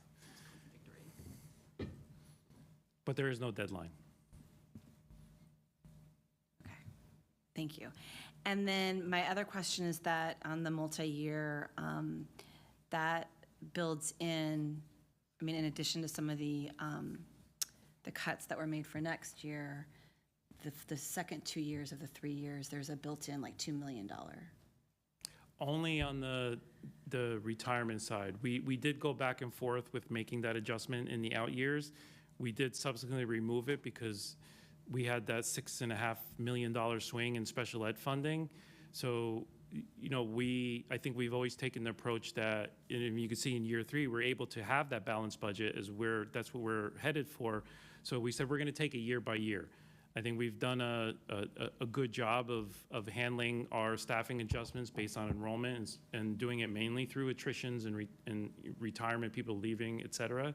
But we don't want to put ourselves in a position where, we're making major cuts or ongoing cuts if it's not necessary, because we know how important the programs that we have and supporting them. So for next year, we look good. For the next 3 years, we look good unless something major changes. And I think we're set ourselves up here with some sufficient reserves to be able to bridge, anything short of a major recession or shortfall in funding that we get. Great, thank you. And I would just let the board know that conversation of staffing and vacant positions, or as positions open up every week, we do meet in cabinet, and it's an ongoing discussion at cabinet on, is this a position that we're going to backfill? Is it a position that we hold? What's the status of it? So it is something that we look at every single week. So. Other questions, comments? Trustee Gill. Thank you for this excellent presentation. It can be hard to explain to people who come with, household budget experience or small or large business budget experience, why and how school budgets are so incredibly difficult and challenging. And I think your presentation really, really laid it out. All of the sources of information that you use, all of the factors that you're balancing, and the fact that fundamentally there's volatility built into the system because of the state tax funding source. Really, really clear, and thank you. I just want to say a word about Prop 98. I'm grateful to CSBA for continuing to shine a bright light on the manipulation that is ongoing with the Prop 98 guarantee. Guarantee is right there in the language. I would have hoped that this year, when revenues came in stronger than expected, the governor would fully restore the Prop 98 guarantee before leaving office, and he chose otherwise, and it's really disappointing. I failed to mention this. The shortage of funding in Prop 98 translates about $643 per student for us, well, for everybody, but that's pretty significant, and that would be ongoing. So if you think that the one-time dollars are $936 per pupil, it translates to $13.7 million. If you figure $300 less than that, it's probably another $9 million of ongoing money. And it's not a gift; it's what we're owed to based on tax collections and revenues, and it drives us crazy. I do appreciate the comments. I just want to, I'll just say we have a really great team. Jamie Ledesma is here. She's our Director of Fiscal Services. Saul Gomez and Ricardo, our payroll supervisor, our fiscal staff do a great job with sifting through all this and managing through all this. And Jamie and I have gone back and forth for the last 5 days, including Saturday and Sunday, on all this stuff, making constant changes and talking things out. And I'll just say that we're fortunate to be in a situation like this, and I think it's because of the diligence and responsibility that the board has taken, and the approach and the trust that you've put in the administration. And I do want to say, our budgets go through a pretty intense, really intense audit process every year. So folks who question our budget and think that it's being manipulated one way or the other, it cannot be. Our auditors are experts at school auditing. We obviously, those reports come back, they get presented to the board, are placed on our district website for anybody to review and question. I also think that our Bond Oversight Committee is definitely not a rubber stamp on our oversight budgets by no means, as they looked at 80% of the expenditures this year, and do go through a series of putting Victor on the hot seat to justify all of those. So, I just think it's important that people understand that the audit process is not the board. The audit process is an outside company who are experts, and in the 10 years, going into 10 years as being a superintendent, I think we've had 3 different audit firms, so we're not using the same audit firm every year to say this is appropriate. We go through a cycle, and I think from a an auditing process, changing out every couple of years is probably the best process. Would you agree with that, Dr. Hyde? Yes. Trustee Goldberg? Just piggybacking on that, I appreciate the comment, because every time I hear that we received that certificate of excellence in finance, it just makes me want to say woohoo, because because of what it means, what it signifies is the outside scrutiny that just can help our community in terms of building trust, building transparency. Like, you want to see our budget? Here it is. Like, it's complicated, it's cumbersome, but we're not, this is it, and we're really paying attention to every dollar to maximize every dollar for our students and our staff that support them. So, I would note, based on that comment, because I meant to say it as well, that certificate at the beginning of the presentation, that's an extra audit. Right. That is not our normal audit group coming in that we hired. This is an outside group that we are the only county or the only district in the county that sends it off to this group to review, and we get criteria and feedback back every year that we need to adjust. So I just want to continue to put it out to the public who think that they can look at our budgets and say, oh, we know that money's being hid here, it's not being spent correctly here. There are experts that go through our budget and provide feedback, and all those audits are made available to everybody to take a look at and question. there are no rubber stamps. The other piece is, thank you, Trustee Gill, for highlighting the Prop 98 guarantee, because that doesn't square with the gray cloud of the governor's Settle Up program, proposal. So Settle Up does not say guarantee to me, so thank you for highlighting that. I also want to point out that what we saw tonight is a high-level presentation of our budget. There is a, I don't know how many page SACS report also appended to the agenda with all of the detail you can possibly want, all the transparency you can possibly want. So again, what we saw tonight is, and I appreciate it, but it's a high-level presentation of the actual underlying budget. And I would note that SACS report that's uploaded on tonight's agenda, it's on the fiscal page back to 2013-14 school year. So if anybody wants to spend and look back through the last 13 years of what our budget looks like, have at it. Throw it into ChatGPT. Let it read it back to you and tell you what they say. Because anyone who has any questions on our audits or our budgets, it's all made available. So have at it. The other thing I would like to say, I appreciate the new format, I'm looking at Jamie there, of the assumption and the budget drivers, like all on one page with all that detail. I know we previewed it at the Finance Committee meeting. I thought was really, really helpful. I say this all the time, and I'll say it again, and I think I've heard it here tonight. We have, I think, as a district, done a really good job of being fiscally astute and making sure that when we get one-time dollars that we're not spending it on ongoing expenditures, that we are knowledgeable of the situation we're in terms of enrollment. I mean, you saw the assumptions that we're using. And I think when I look at this budget, and we're running a surplus next year. There is no deficit. And even the 2 years out, we're in good shape. Yet, as Dr. Hayek mentioned, if you look at all of the various sources that he cites, and I do appreciate the work that goes into that and understanding, we are in a risky environment, and we are in an environment where the governor can just manipulate how they want to, or how he or she wants to designate the fund. So the one conversation we did have is about adding to that stabilization piece of it. And that, I think, is just a wise cushion to have, because we really don't know what's coming at us. And you know, with the way the state funds education and how they collect their money, it is very, very volatile. So again, appreciate all the work here. It was nice to see such a positive budget. And we're looking good. And I know that there's a lot of hard work and a lot of fiscal restraint that goes into that.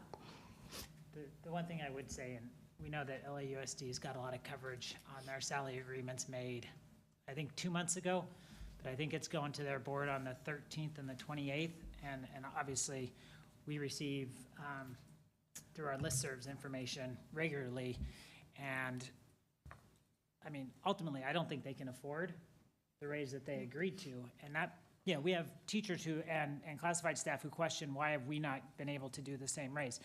Well, I don't think they're gonna be able to do what they settled up with either, so it's gonna be interesting to see what happens in the course of the next 3 weeks with LAUSD, and what happens, I mean, it's a lot of people saying that they're not gonna be able to afford it, and I'm glad that, we keep a level head going into negotiations and work well with our bargaining groups to keep that and us in a fiscally stable position. Just a note, when we were in the Finance Committee, we were talking about that extra money for the fiscal stabilization, and we asked you what percentage is recommended versus what we have. Can you please share with everyone, because I was sort of floored by the recommendation. 18%, And what we have is? less than 18. I think we're at like 6 or 7, and we are hovering at 2 or 3 for a number of years.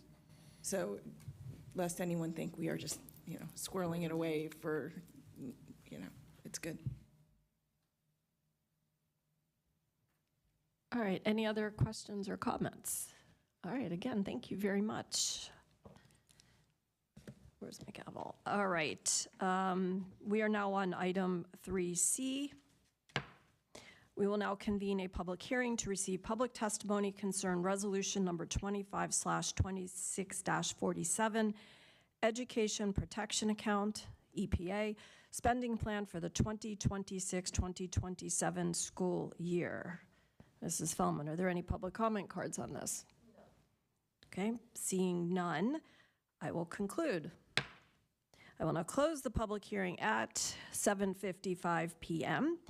And are there any comments or discussion from individual board members on this EPA spending plan? I'll just say this is a law that was passed in 2012 for additional tax revenue to go to schools. It is sort of embedded in Prop 98 anyway, but it's just a restriction on what we can use the money. We have to take the allocation out. You can't use it for any costs incurred by a legislative governor or any agency, state governor. We just put it all in teacher salaries. So it's roughly about $3 million. This was Prop 30 many years ago, correct? Yes. And is it due to sunset at any point? It was in 2030, but I believe they extended it for, I don't know exactly how much longer, but I think they did extend it. Okay, thank you. Any questions, comments on this? All right, moving along. Let's see, where are we? We are now on item 3D, which is our annual update on educator effectiveness block grant. I now need a motion for this. Trustee Goldberg. I move that we approve the annual report on the educator effectiveness block grant as submitted. Second. Okay, it has been moved and seconded. Any comments from Mr. Liu? We've brought forward this, actually this annual report for the last 5 years, bringing it forward actually as a requirement of these funds. These are one-time professional development funds provided by the state of California. In December of 2021, the Board of Education actually approved a block grant plan that we had proposed. There's a specific set of criteria to use the professional development funds for. As I mentioned before, this is the last year that these funds are available. We include in that report a pretty long list of bulleted items that we've provided professional development with these funds for this particular year. Some of those this year include science of reading training for teachers, kindergarten, first and second, elementary curriculum committee meetings, CAPS, PLC training, multilingual learner shadow walks, Sunday, our modified curriculum training for some of our special education teachers, training on 504 legal compliance, just to name a few. So as I mentioned, this is the last year these funds are available. We plan to expend all of the remainder of the funds as to not have to return any of them. We do have actually a lot of professional development planned in these final final weeks of the school year. And I should note, which I shared a little bit about in the LCAP, the absence of these funds does not mean that professional development stops. Some of those additional funds we do receive state money for literacy screening that allows us to provide additional science of reading training, as well as training on our reading difficulty screener. We receive money through the SIP grant and also through Title II federal funds. Some of those designated staff that provide just training ongoing as part of their responsibilities include our general education BCBA, our board certified behavior analyst, a number of our teachers on special assignment, as well as our multilingual program specialist. So all that to say, we'll continue to provide professional development. I do think we were wise with how we spent these funds. Good examples of this is really like startup costs and training for IB. We think about the PYP program at Cypress, as well as the MYP programs over at Newberry and Sequoia. That required a significant investment in training to get to the authorization status that we're at right now. That's one great example, in addition to hatching results. We did a multi-year contract and training for our school counselors. And again, once we've made those investments, we continue to see positive results. Thank you. It is a very long and impressive list, so thank you for highlighting some of that. Any questions or comments on this? All right, we are going to vote. Trustee Kearns. Yes. Trustee Gorback. Yes. Trustee Goldberg. Yes. Trustee Powell. Yes. Trustee Gill. Yes. I am a yes. Motion carries 5-0 with a preferential yes vote from Trustee Kearns. Okay, we are now on item 3E, approval of the annual report for Prop 28. Do I have a motion, Trustee Powell? I move that we approve the annual report for Proposition 28, Arts and Music in Schools, as submitted. Second. Okay, it has been moved and seconded. Mr. Liu, any comments on this grant? Yeah, this is also an annual report. We provide this information in the Board of Education and subsequently post actually this specific item onto our website pursuant to the requirements of the law. We also submit this information actually as it is verbatim to a Prop 28 CDE portal. Just to give a quick report on this, again, these are sort of the required elements of this annual report. This year, we're noting that Prop 28 funds provided 6.0 FTE teachers for elementary general music. That is an increase from 5.6 last year. This year, we've had 11 elementary schools providing their fifth graders with expanded and additional access to strings and band programs.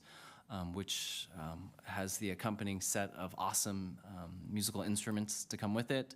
Some of the secondary course offerings that are in addition to and supplemental that use these funds include drama, intermediate band, chorus, sound engineering, technical theater, stagecraft, jazz ensemble, art media, art workshops, and dance team and CTE. Again, these are additional arts programs already to what we provide through our general funds. Our full-time equivalent teachers is 9.24 FTE. We do have to report on full-time equivalent classified personnel, and so that number is 4.52, but just to break that down, that's actually more than 150 different individuals who are providing, who are coaches, specialists, experts in the field coming in to provide either who are hired and to provide short-term or sometimes long-term additional supplementary support to our existing arts programs. And we also report that the number of students served through our Proposition 28 money, which is additional students served because of those funds, is more than 5,000 students. And then finally, just as a related note, we intend to bring forward an update to our district's strategic plan for the arts, we think sometime in September of 2026. We do want to thank Brian Peter for his work from the district level, helping Kenny and I understand a lot of stuff, and his work and fiscal services work with Brian as well on communication on these dollars and cents. So definitely a team effort. Yeah, earlier when we were discussing the LCAP, we briefly mentioned the other plans that go hand in hand. And one of them was the Strategic Arts Plan, which really was the brainchild of Brian Peter. He put together a group prior to 2022. 2022 is when Prop 28 was passed by the voters. We had that plan in place, and we were able to fairly quickly ramp up and utilize the money. And there were a lot of districts that were not in that position because the money is used to supplement existing programs. It can't replace money that you're already spending, and we were in really good shape. So appreciate that, appreciate him very much. Any questions or comments on this? All right, seeing none, let's vote. Trustee Kearns? Yes. Trustee Powell? Yes. Trustee Gill? Yes. Trustee Goldberg? Yes. Trustee Gorbak? Yes. I'm a yes. Motion carries 5-0 with a preferential yes vote from Trustee Kearns. All right, we are now on item 3F, approval of amendment to shelter agreement for disaster release activities. Do I have a motion? Trustee Goldberg. I move that we approve the extension of the shelter agreement for disaster relief activities as submitted. Okay. Second. It has been moved and seconded. Dr. Hayek, any comments on this? We just brought this forward as a renewal. The timing is kind of fitting. We just had a fire recently close by, and we did permit the fire department to use our facility here to stage out on our field. So it was time to do the renewal. We're just going to continue the same terms and conditions as we have in the past. We have a pretty good relationship, and we'll just be a community supporter in times of emergency. Okay, thank you. Any questions or comments on this? All right, seeing none, let's vote. Trustee Kearns? Yes. Trustee Goldberg? Yes. Trustee Gorbak? Yes. Trustee Gill? Yes. Trustee Powell? Yes. I am a yes. Motion carries 5-0 with a preferential yes vote from Trustee Kearns. We are now on Section 4, which is our consent agenda. Nothing has been pulled, so I do need a motion. Trustee Gorbak. I move that we approve the consent agenda as submitted. Okay, any seconds? Second? Okay, it has been moved and seconded. Is there any discussion on the consent agenda? Can I just highlight one thing on here? Sure. We did apply and received the grants to do the kitchen renovations, which we kind of talked about with the child nutrition. So that is something that I think it's a second year in a row that we received the funds that are going to allow us to update our kitchens and use it for professional development for staff. Fantastic. Thank you. All right, any other comments or discussion? All right, seeing none, please vote. Trustee Kearns? Yes. Trustee Gill? Yes. Trustee Goldberg? Yes. Trustee Powell? Yes. Trustee Gorbak? Yes. I am a yes. Motion carries 5-0 with a preferential yes vote from Trustee Kearns. All right, we are now at Section 5, which is our information and discussion items. And we have a presentation on building thinking classrooms. Mr. Liu, are you introducing this? I certainly can. This was a request from the Board of Education, and we have some incredible math educators in the room. Shout out to Los Cerritos, too. And so, but with that, I guess I will just pass it off to Dr. Suter. Thank you, Mr. Liu. Good evening, President Sylvester, Dr. McLaughlin, members of the board, and cabinet. Thank you for having us this evening. I'm very pleased to come and talk about some of the amazing work that our educators are doing in our district. Our purpose tonight is to provide an overview of what Building Thinking Classrooms is and highlight the work implemented across the district. And so tonight I'm joined by Ms. Kelsey Bartlett, our math TOSA. I'm also joined by two of our outstanding math teachers from Los Cerritos. We've got Maddie Lansdale, who is the department chair over there, and we've also have Don Gould, who, and they really did a whole lot to spearhead the work of Building Thinking Classrooms at Los Cerritos. So, Building Thinking Classrooms, where did it come from? There is a researcher, his name is Peter Liljedahl. Hopefully I didn't butcher that, I practiced it all afternoon.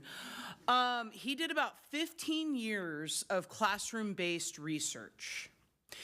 And his goal was what work gets students thinking in math, All right. How often do you hear students say, I don't know what was talked about in math class today and what it came down to is they weren't thinking.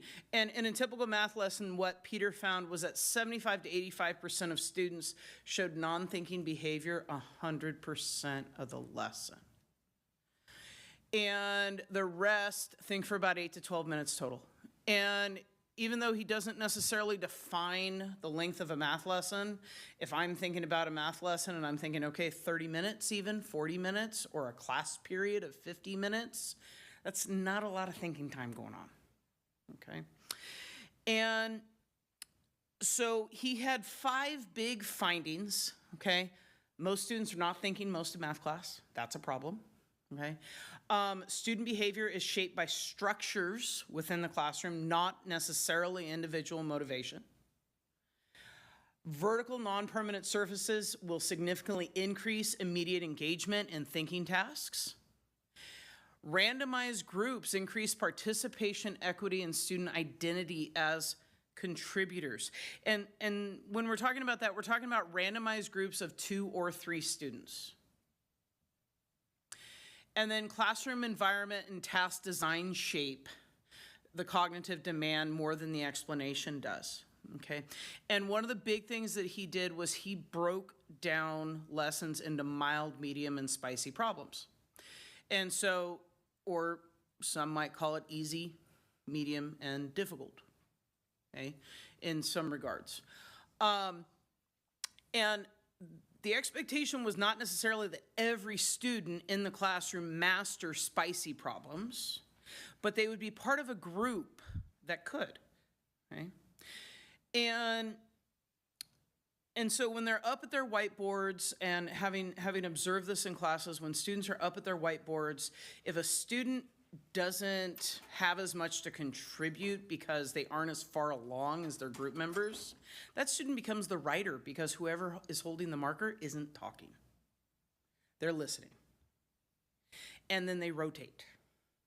Okay? And the experts who have done this are going to be talking more about that and how those things detail. Now, what does this mean?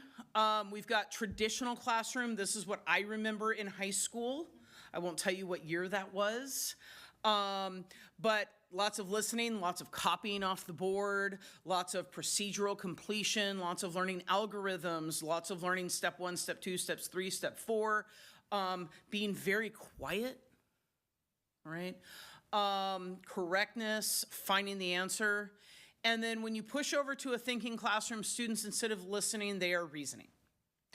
They are problem solving. They're moving towards conceptual understanding, okay? The idea is for students to engage in thinking as much as possible, okay?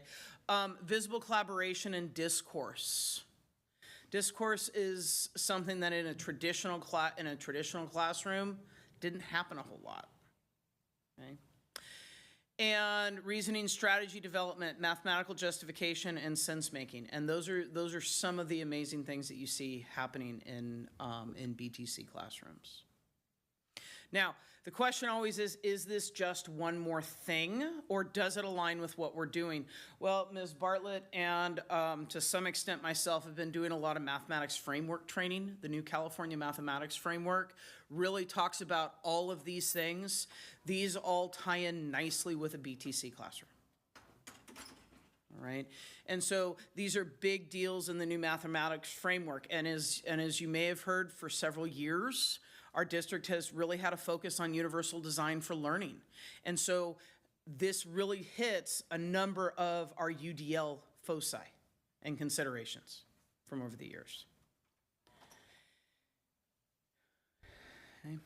Now, what we're going to do is we're going to watch a short little intro video, and then we're going to let our experts from Los Cerritos give you guys a rundown of what that looks like.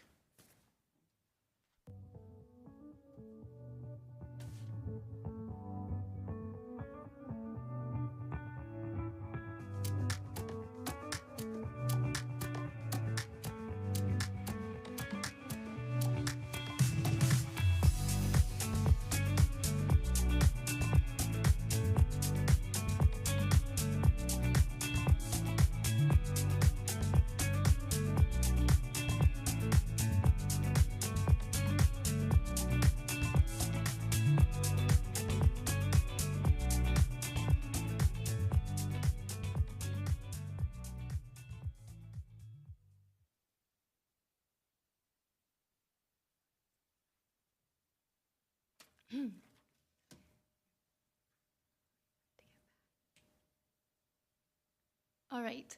Good evening. My name is Maddie Lancetel. I'm the math department chair at Los Cerritos.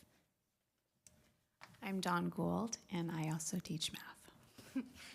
To give some context to our adoption and our journeying with building thinking classrooms, or BTC as we refer to it, at Los Cerritos, it began in the summer of 2022 when retired CVUSD math teacher Debbie Bowden, who has always been a fierce advocate of positive learning math experiences for all students and still is in retirement, gave Dawn and myself the book. Dawn read it. I didn't. I had just had a baby and was just trying to sleep. So Dawn went full steam ahead. She was so compelled by what she read that she went solo. No one else in the department had read the book or was ready to completely transform their classroom, so Dawn was really our pioneer. She went full steam ahead and adopted the model. I then did her department chair observation that year, and I was compelled by what I saw. I read the book. I was sleeping then, so it was fine. And I was so compelled. So in the 23-24 school year, we went 6th through 8th site-wide adoption of the building thinking classroom model.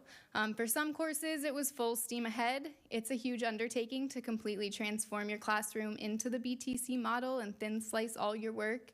So in other courses, we still relied on some tried and true resources and just have incorporated BTC more and more over time where it fits. So moving into how it's changed our classrooms, the biggest change that Jana referred to is the engagement. And you could see it in the video, but if you walk into any of our classrooms, kids are standing up, thinking, talking about math. So there's a lot more think time than there is if I'm just up there spewing math at them and they're thinking about really Lord knows what.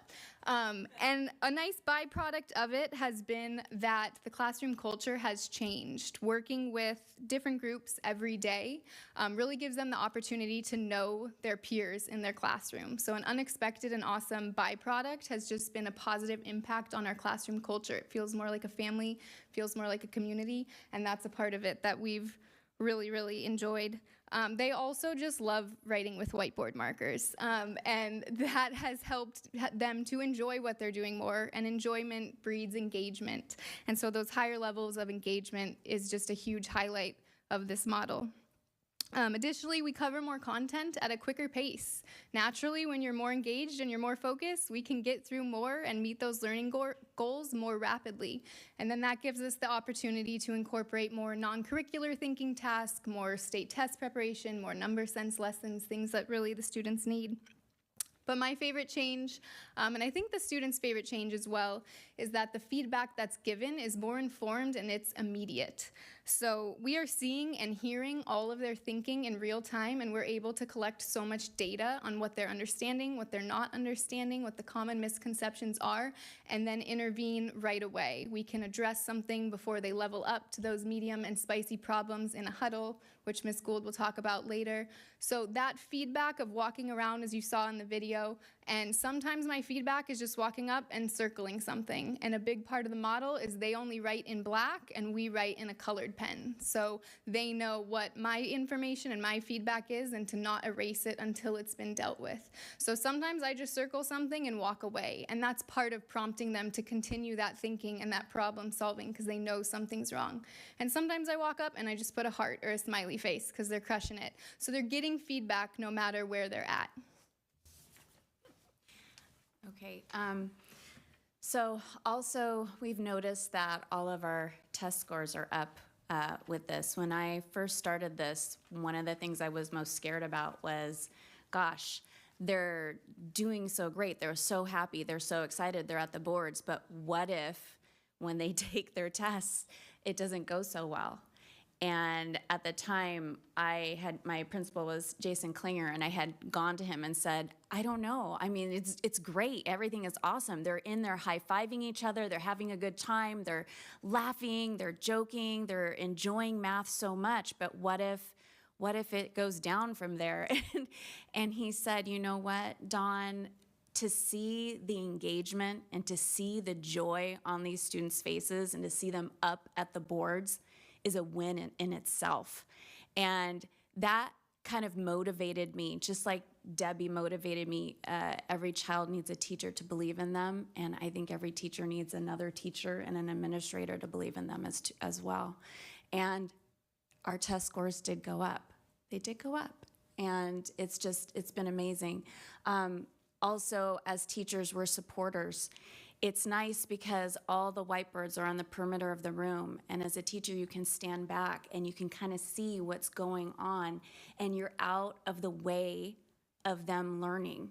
Sometimes as teachers, we spoon feed them or give this child limitations, not knowing the things that they can do if you're not standing in front of them. And so pretty much you watch the body language, and the body language tells you where to go. And when you are on your way over to the body language, you can assess the board and see what's going on the board. But the students are the drivers themselves. It's like a well-oiled machine. And I appreciate all of you that have been able to come and see this in the classrooms. And if you haven't, we totally want you to come and do that. So what we also love about the model is that Building Thinking Classrooms truly is for everyone. All students are valued in this learning process. Every student is up at a whiteboard, whether they're doing the writing and they're not feeling confident in the material to do the talking yet, they're receiving and they're writing it out and they're hearing it from someone. My day starts with Honors Algebra 1 and ends with a co-taught math HCP class where about a third of them have an IEP, and I use it across the board. It's actually been amazing to use in a co-teaching class because I have two teachers walking around giving that immediate feedback and really getting a sense of where the students are. I like tag teaming. So just the dialogue that's going on at the boards is incredible. And I have a lot of students in my classroom that are multilingual learners. Some of them are just learning English. Some of them are a little farther along in their English proficiency. But just the discourse of them talking, seeing the math, speaking the math, doing the math, it's amazing. The social emotional learning that's going on, the socializing, being able to talk to each other about a problem and get to a solution, and then to know if it's correct or not, because they know that it's correct, not because there's an answer person in the room, but because they've worked through it together as a team and through that journey. Also, the thin slicing allows the students to increase the difficulty level at their own pace. So the problems are thin sliced, and we have them mild, medium, and spicy. So the mild are sort of maybe a concept that they already learned in the last unit or the previous grade, so that they feel successful, and then it just kind of grows on itself. When they get to medium, it's the proficiency level. This is the standard that we want them to be at. And then spicy is just above and beyond and challenging. And there's no timer on the clock, okay? So it's not about speed. It's about learning the content. It's about understanding the math and working together as a team. And because we have this thin slicing, they can kind of gauge their own time that they're spending on each problem, and they don't feel like they have to be rushed. Are we done yet? Are we done? That's not happening. What's happening is there's learning and there's thinking, and that's what we want in all of our classrooms. We want to just have them all be thinking classrooms, really. Okay. Is this still me? Yeah. Okay. All right. So a typical BTC lesson. So imagine yourself coming into a math class, and the teacher asks you all to get out of your seat and come close for a huddle, close to a board, because you think better on your feet. The huddle is maybe, I don't know, not very long, like 7 minutes, and it's more of a story talk. It's talking about a situation that's going on, or a problem that a baker is having that's making a cake, and he needs all of these ingredients. And the students are there, and they're engaging with this problem. And it's sort of just introducing a little bit of what they're going to be doing at the whiteboards. After that, then the students are randomized into groups of 3. Some are randomized into groups of 2. And we randomize so that the students don't feel leveled. Because I love it when Peter says, you know, students don't listen to what you say, they listen to what you do. And if you are randomizing them and showing them that I believe you're all capable of this higher level math, then they will believe it too. And so then they go to the boards and they're randomized groups of 3 and they solve these thin sliced problems and they work through them. If I'm there, again, I'm watching body language, I'll come to a board. If they have questions, I can do a helpful hint or coaching, but we really try to not be an answer person. It's more about them learning and thinking and knowing for sure. I've said so many times, you've got to be a lawyer. You got to really prove why you believe what you believe. Do you have the evidence? Can you share it? Sometimes we'll be like, I think I'm right. And you can put 2 teams next to each other and say, well, one of you is right, but I think you guys need to talk about what you agree with and what you think is going on here. And then they have to decide what's going on. They have to really understand why they believe that problem has given them the right answer and why the other group maybe missed something. And then also we have consolidation at the very end. So the old school math used to be 20, 30 minutes of lecture of math in the beginning. But now we have a time of thinking notes and consolidation at the very end. So after they have experienced the math and they've practiced the math, then we kind of do a close activity where the notes have maybe an error on the notes and they have to figure out how to fix it. Or they write down notes that they think will be helpful to their forgetful self, is what I say. And we put them on golden paper, and we call them golden notes. And we always say, make sure you have your golden notes, because Sarah Vanderwerf, who's another really great math teacher out there in the, I don't know, Twitterverse or whatever. It's not Twitter anymore, is it? Okay, anyways. She said if you put it on a different colored paper, they can find it easier, and it's true. So, yeah, I think it's your turn. Yeah, so just to wrap it up, it's been essentially a total overhaul of our teaching, from how our classroom is physically set up, having all the whiteboards and enough black expo markers to go around for as many as they need in a school year. If you ever want to buy us a supply, it would be a black expo marker.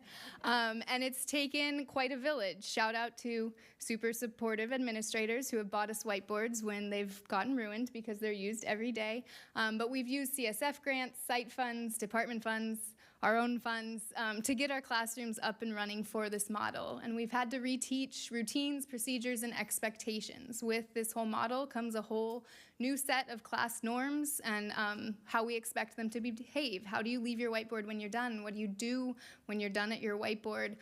How do you navigate a group that you got, a randomized group that maybe isn't your favorite today, and the social dynamics? And that's been part of this for sure. And it's been an overhaul for us too to get used to. The first time I did a huddle and they all 30 8th graders came and stood close to me while I introduced a math lesson, I was like, what am I doing? This is awkward. This is uncomfortable. Do they feel awkward? Do they feel uncomfortable? And now I'm like, huddle, whiteboard 10, come on up. And it's just part of the routine. And it's truly amazing how just standing up and not having whatever they have on their desks to distract them and their attention is just right here, there's so much less hiding, there's so much less distraction, there's so much more accountability. So when they're in that huddle, I can get through instruction that might typically take me 20, 25 minutes if they're seated in 5 minutes, which then, like Dawn says, gives them the time to really go process that, practice it, think through it, and understand it at the whiteboards, and then eventually consolidate it individually. So the total overhaul has just enhanced their learning. But also, as Dawn said, we just make adjustments to fit the needs of the students that we're given. It might look different in my Math 8 CP 6th period from my Math 8 CP 4th period that day. For certain groups, for certain classes, groups of 2 work better for accountability and productivity than groups of 3. So our loyalty is always to student learning over any model, and I think that's why we've had success of just meeting our students where we're at, but with this as our framework that we work from, and it's been really, really cool. So thank you for the opportunity to share. Thank you, Maddie and Dawn, two very excellent educators. After talking with Dawn and Maddie, I wanted to get some information about how the Los Cerritos students feel about this. And so out of 570 students, we gathered data through Google Forms. And I wanted to show you a couple pieces of data. So if you look on the top, 75% of students believe that they spend a lot of time thinking in math. That is a lot. So 3 out of every 4 students. 83.2% of students understand why math works and not just how. And for those of you who maybe have not taught math, that is like a dream come true.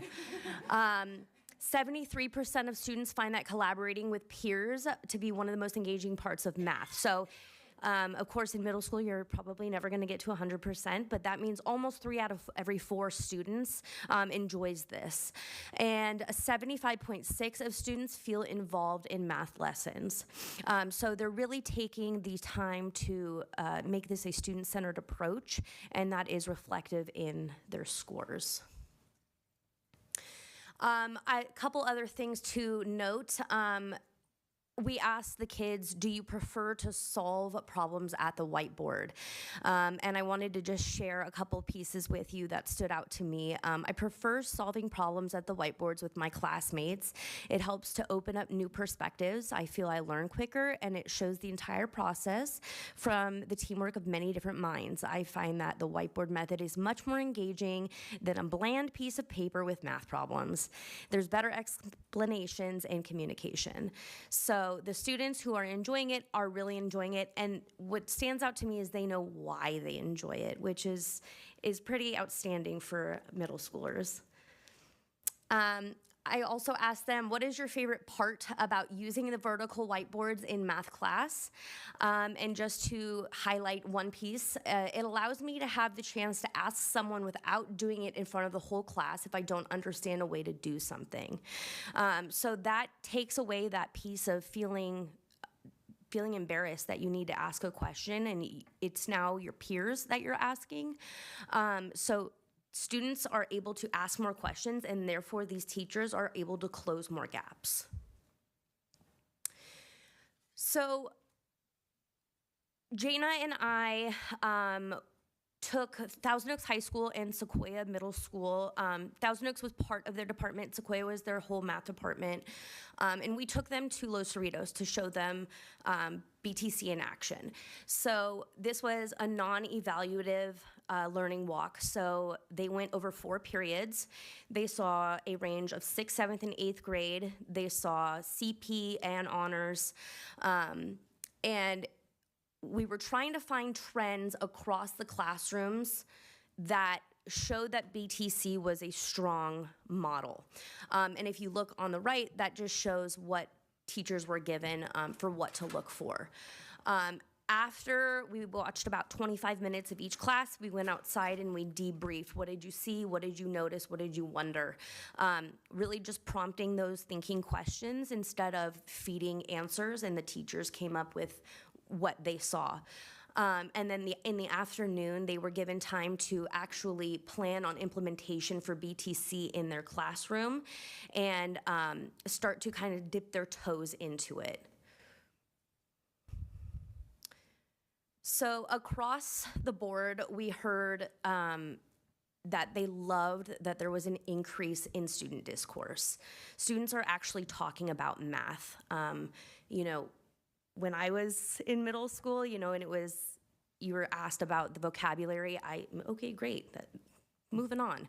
But now these kids are actually using the vocabulary in their conversations.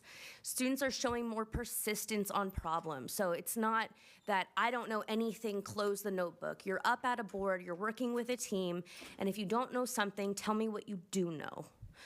Teachers are still learning how to facilitate the timing of the strategy. So with the teachers who are doing this at Sequoia and Thousand Oaks and a lot of the other schools, they are still working on refining this. This is a multi-year process.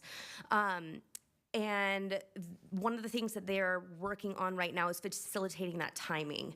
And teachers are working on their comfort with productive struggle in the classroom. So productive struggle is when we give information to students right outside their comfort zone. So in that zone of proximal development where they are able to reach higher. And that can be uncomfortable for students and for teachers because there's awkward silences, there's a lot of awkward pauses, and it really forces students to think, and it forces teachers to wait. So that is something that the teachers are working on right now. And Sujen Grano, who is an outstanding math educator at Thousand Oaks High School, could not be with us today, but she was one of the participants in the learning walk who really took this and ran with it. So we wanted to highlight some of her work so that you could see what it looks like in a classroom. So you saw what it looks like in classrooms where they've been doing it for years and they're experts at it. And this is in a classroom where she is just beginning. C. Bartlett, the math TOSA for Conejo Valley Unified School District. Hi, I'm Sujen Grano. I'm a math teacher at Thousand Oaks High School.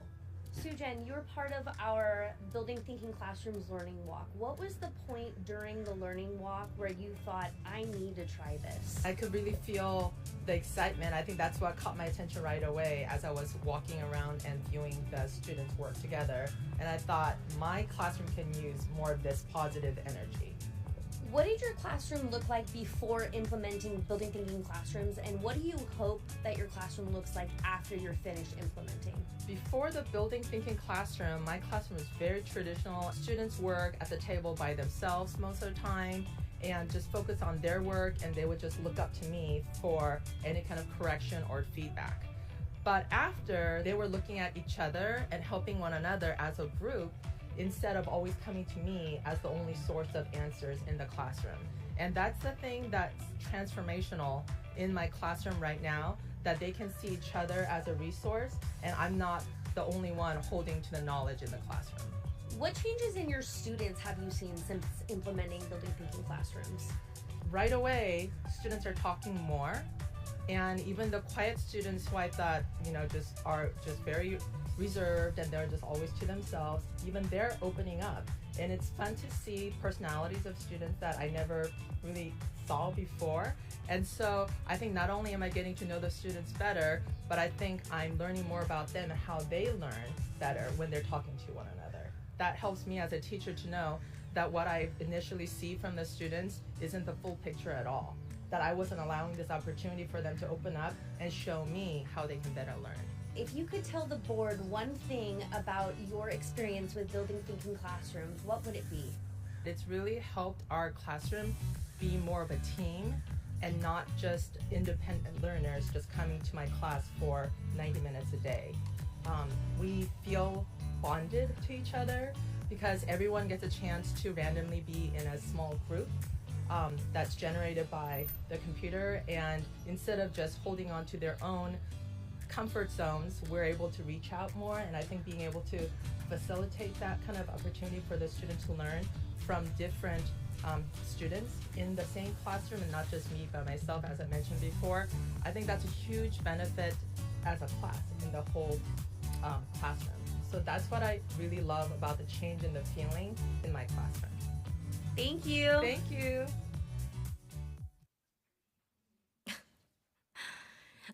So that is Sujen. And just one point from Building Thinking Classrooms that I wanted to add on to is that Peter talks about the need for these random groups, and teachers are often very scared of that. And to that, Peter would tell you that students will live down to the expectations you set. So students know when they are being placed in a group and why they're being placed in a group. And I think that was one of the most powerful pieces of information that stood out to me throughout the entire book. Because, when I was in grad school, you were taught to level.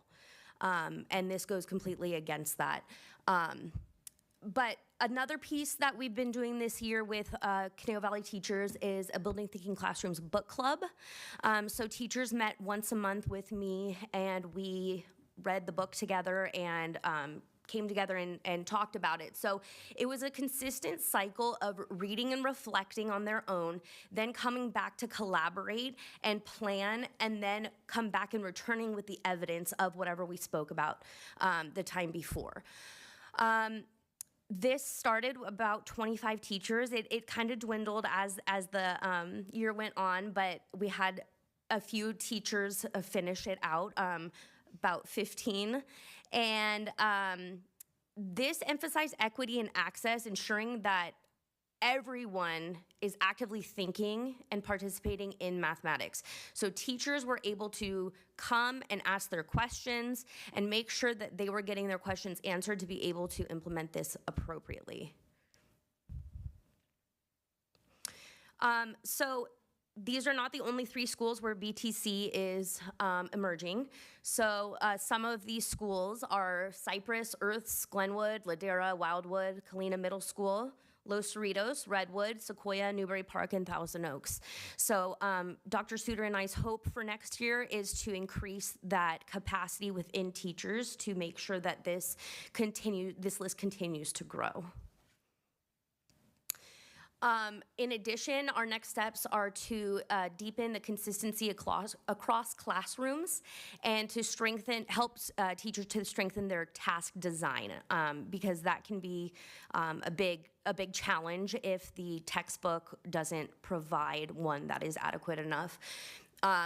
We are going to be expanding our learning walks, and in our pilot, we're going to be piloting the instructional materials that support this so that teachers feel like this is a task that they can do.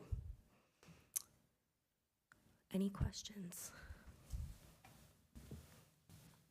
Did you have a question, Mr. Liu? I don't have a question, but I just wanted to add really to the last point that Ms. Bartlett was talking about in terms of the piloting the instructional materials. So I had the great opportunity just to stop in this year as our math educators had the opportunity to kind of get a presentation from 4 different publishers for possible instructional materials for next year.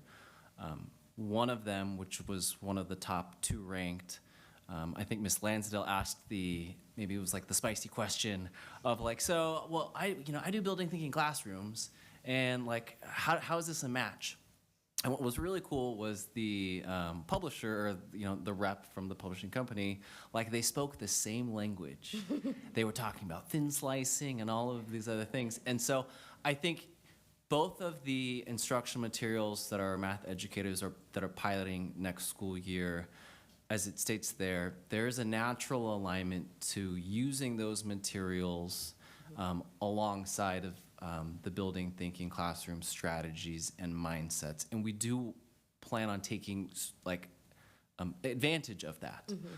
So whatever we end up piloting and whatever we end up adopting, we're going to want to have that training focus on how do we integrate building thinking classrooms district-wide. I will also just mention, as Dr. Suter and I have talked about kind of this year, if any teacher is saying to themselves, hey, I want to do this, but I don't have a whiteboard or dry erase markers, like, we will figure that out for you. Just contact Dr. Suter or me. We don't want that to be a barrier to that. We're really excited about the great work that's happening across our school district in this area. We think that this just aligns so much, not even just with math learning, but like meeting the social emotional needs of our students, meeting the language needs of our multilingual learners. So there's a lot of excitement, but a lot of great credit should go to our incredible math educators that are here and many within our school district.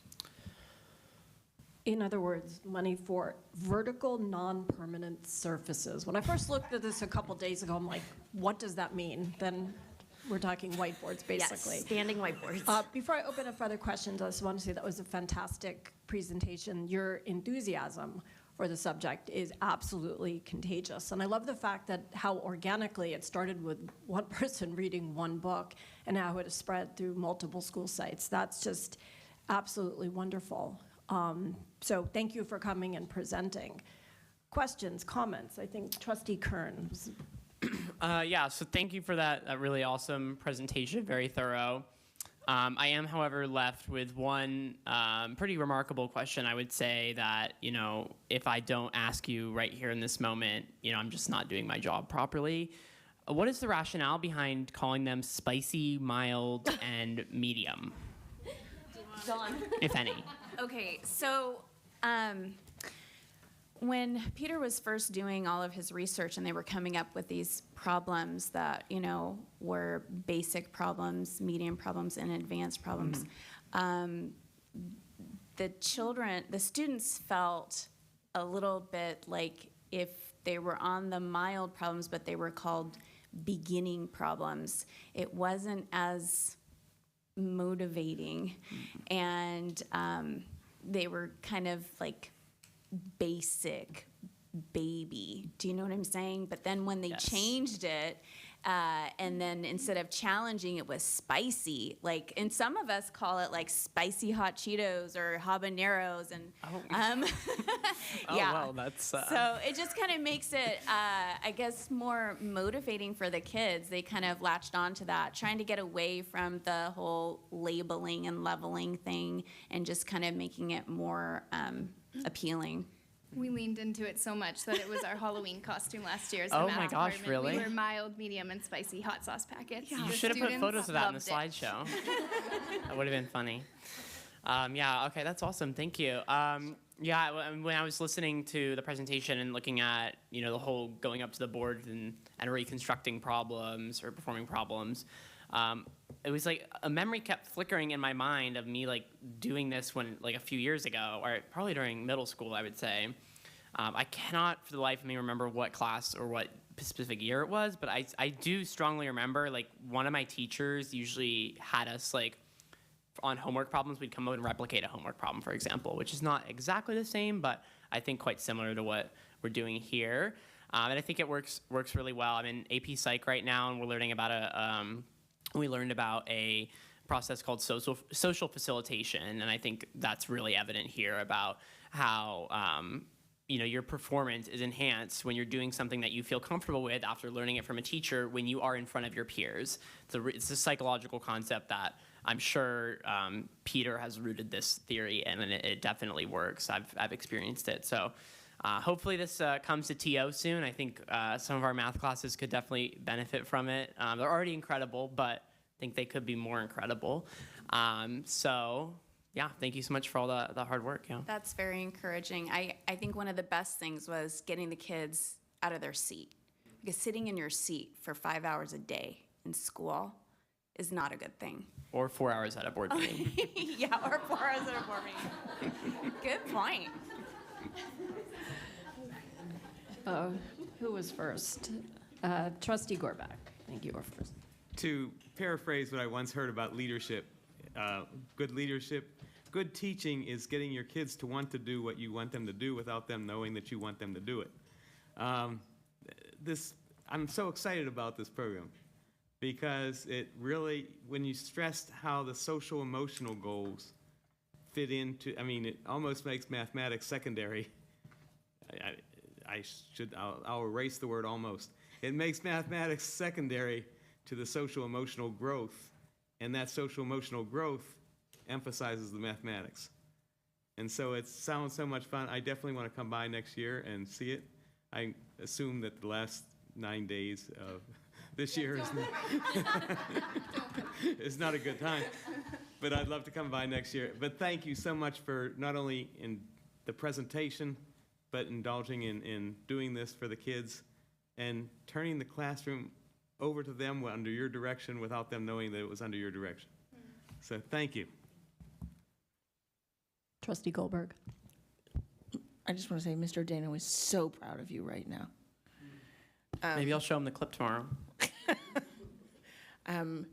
That's applied learning, right? AP psychology. But thank you for this presentation and the work. Your enthusiasm for math is infectious. And Dr. Suter will tell you, I am not a math human.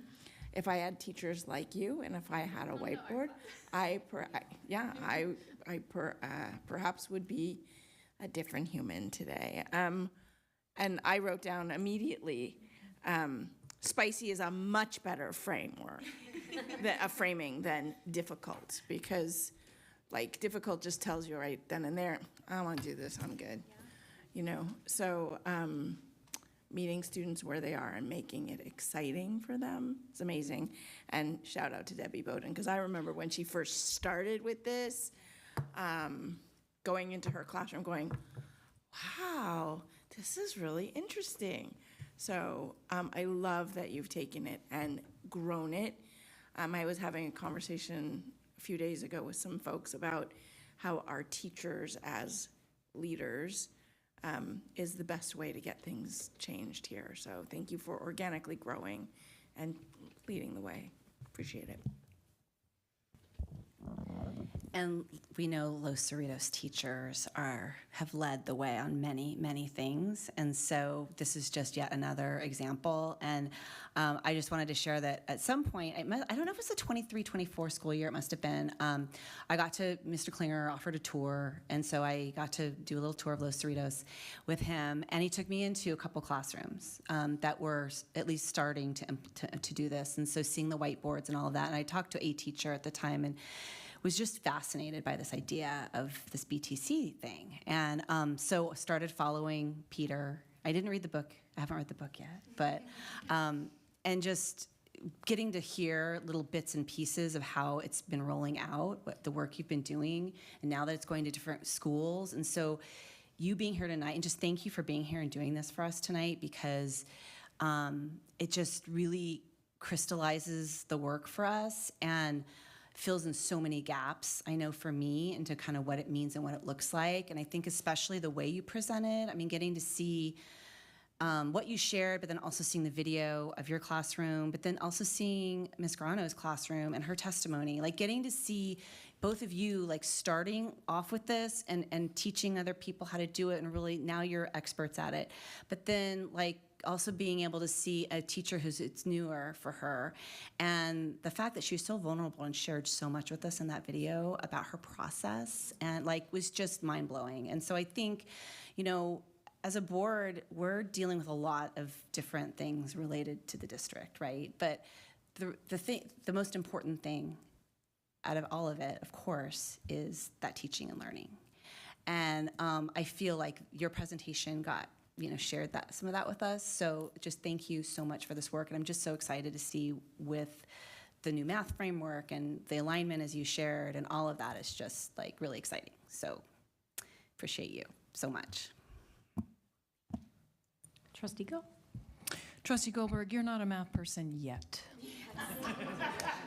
That sounds like Dr. Suter's been talking to you. Thank you all for this really extraordinary, I mean, it just was exhilarating. Thank you for bringing this to us. I followed Dan Meyer, who's one of the creators of Amplified Desmos, and so I see the link, and I'm very pleased to know that we're piloting a curriculum that's going to support the extraordinary work that you're doing. Thank you so much. I do have a specific question, because my memory of my own kids going through middle school math, not at Los Cerritos, was a lot of homework. So I'm curious if this has, it's two questions. One is, had it any impact on the way homework is assigned? And then two, outside of CASP testing, has it had any impact on the way you're assessing how students are learning the material?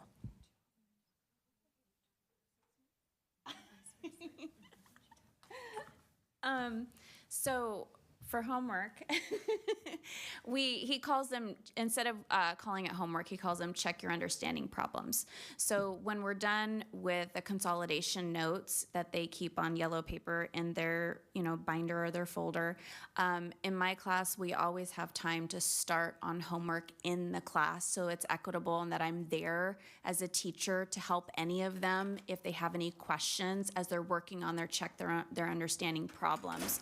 Oftentimes students will go home and there won't be a resource for them to ask or bounce things off of, so that's why I find it very important to start it in the classroom so that I can be there to support them. So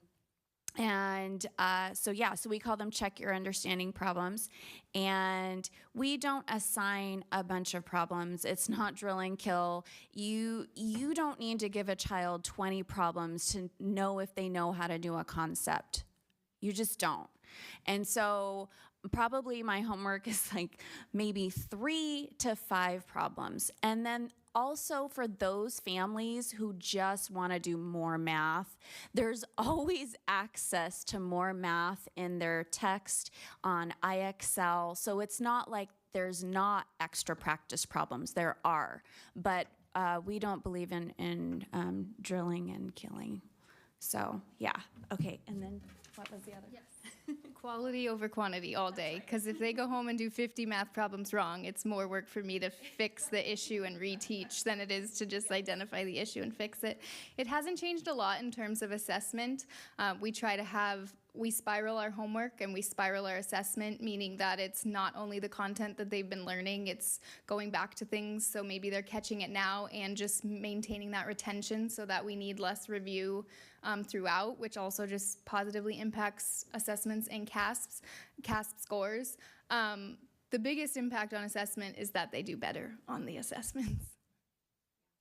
Thank you. That was great to hear on both accounts. Any other questions or comments? All right, well, I really appreciate you guys coming and staying till almost 9 o'clock at night, so thank you very much.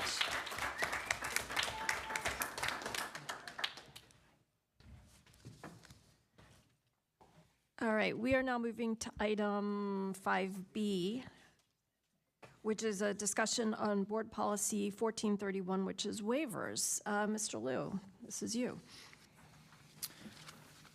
Yeah, this is not as exciting as building thinking classrooms, I guess, just to start.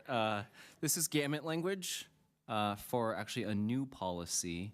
Just to share with the Board of Education, there are a few areas in which an LEA in California can submit for a waiver to the State Board of Education.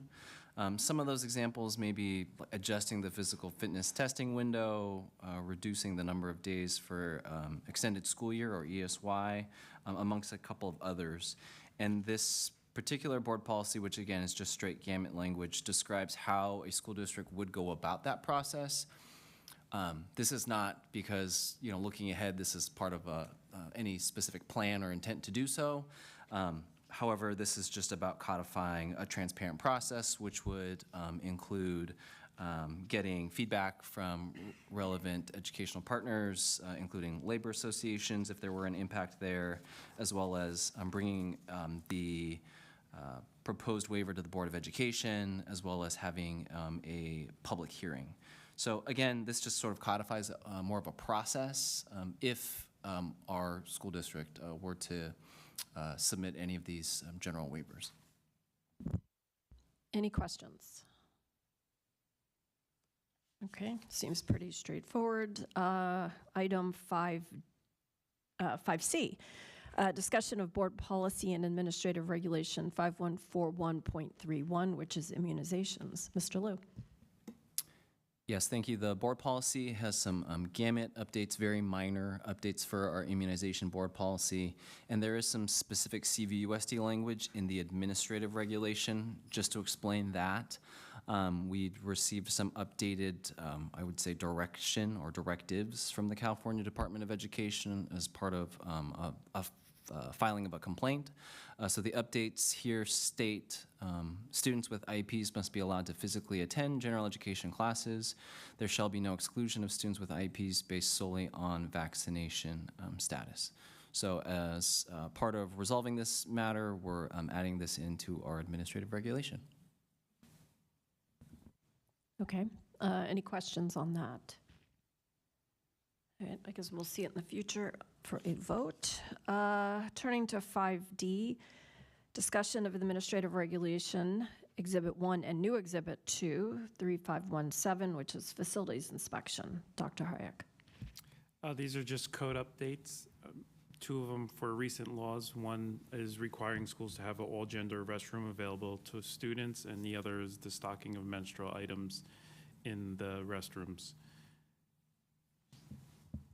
Which we are already doing, correct? Okay. Yes.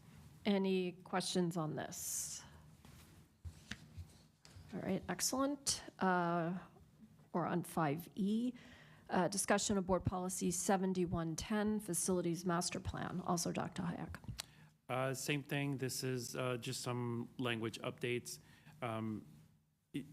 Although we're typically not eligible when the state puts out a bond for capital support dollars, but you never know what's going to happen, especially with a new governor coming in, and there are some bonding capacities at the city. In order to be eligible, you have to have a facilities master plan. So although this is an optional policy, we recommend that we have it. So we just want to update some of the verbiage on there, so at least we're ready. At some point in time, as we close out Measure I, we will do a new facility master plan. I think the last one we did was 2018. That actually answered my question. Bless you. About the facilities master plan. Okay. Any other questions on this? All right. Where are we now? We are on board committee reports. Any board members have a committee report? Trustee I can Powell. share a little bit. We did have our second adult education advisory committee meeting, I believe it was last week. The first one had been a couple months before and was really like an intro meeting. This meeting, the staff dug a little bit deeper into some of the data around enrollment and really looking at maybe why the enrollment trends were the way they were, some of the pricing. We talked about some of the fiscal supports around the programming. We got to see the room that they are retrofitting to teach a new electrician training course. And I think that was it. Any other committee reports? And if not, I've got two quick ones. As I think we alluded to earlier, the Finance Committee did meet, and we did get a preview of what was presented today of the budget, so that was much appreciated. And then yesterday, I had a Conejo Coalition of Youth and Family meeting. Again, that's a joint group with a representative from CVUSD, CRPD, or Parks and Rec Division, and City Council. And we spent most of the meeting planning for the Youth and Family Summit, which will be held in mid-September. A lot of time discussing the best format and how to engage all the participants. And I think we landed on any organizations that are coming and are willing to speak, to just have some quick discussion about what their gaps are and what their needs are in terms of maybe things that could be filled by the other organizations in the room. We also decided that the two meetings after the summit, October and December, we would focus first on housing and invite several organizations to come and speak about their resources.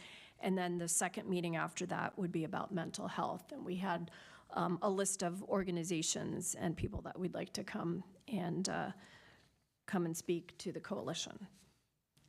So that was it. Any other committee reports? I know we're near the end of the year.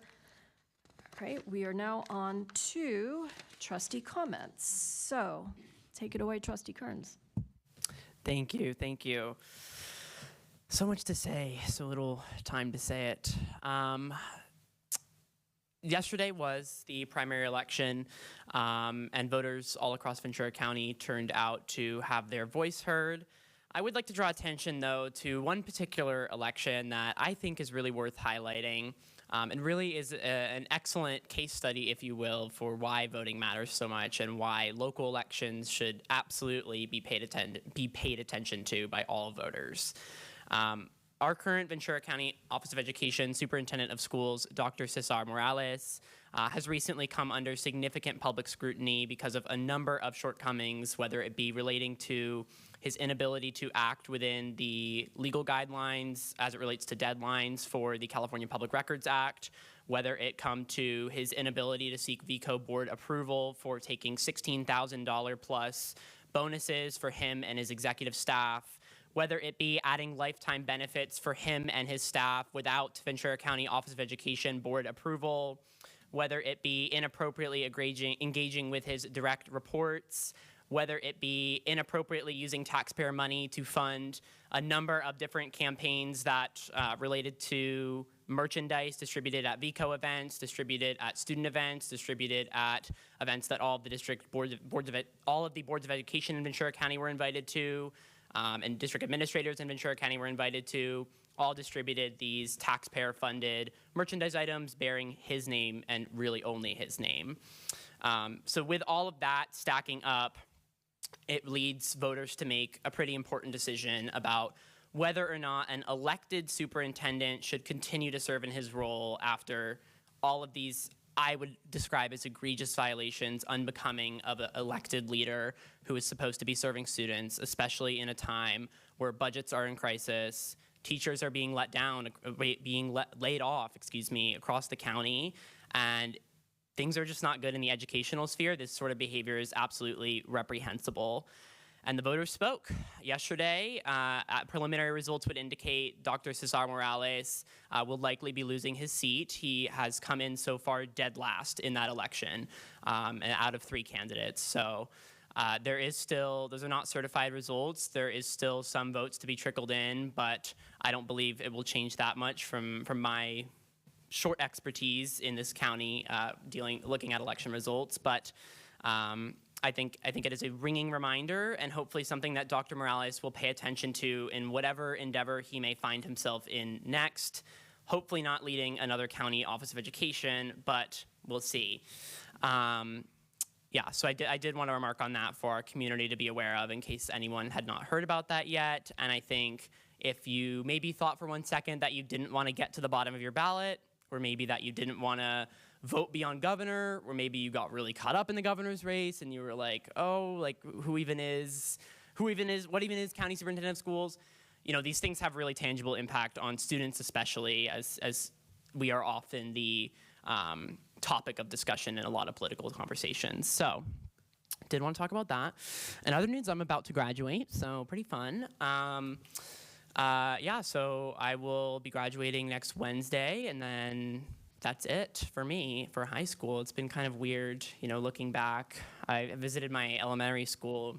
One of my elementary classmates, Ellie, is actually in the audience right now. So we've been visiting our old elementary school quite a bit over this past month, just kind of reminiscing. It's shutting down this year, so kind of sad. But anyway, who cares? This is a board comment. What else? This is my second to last board meeting.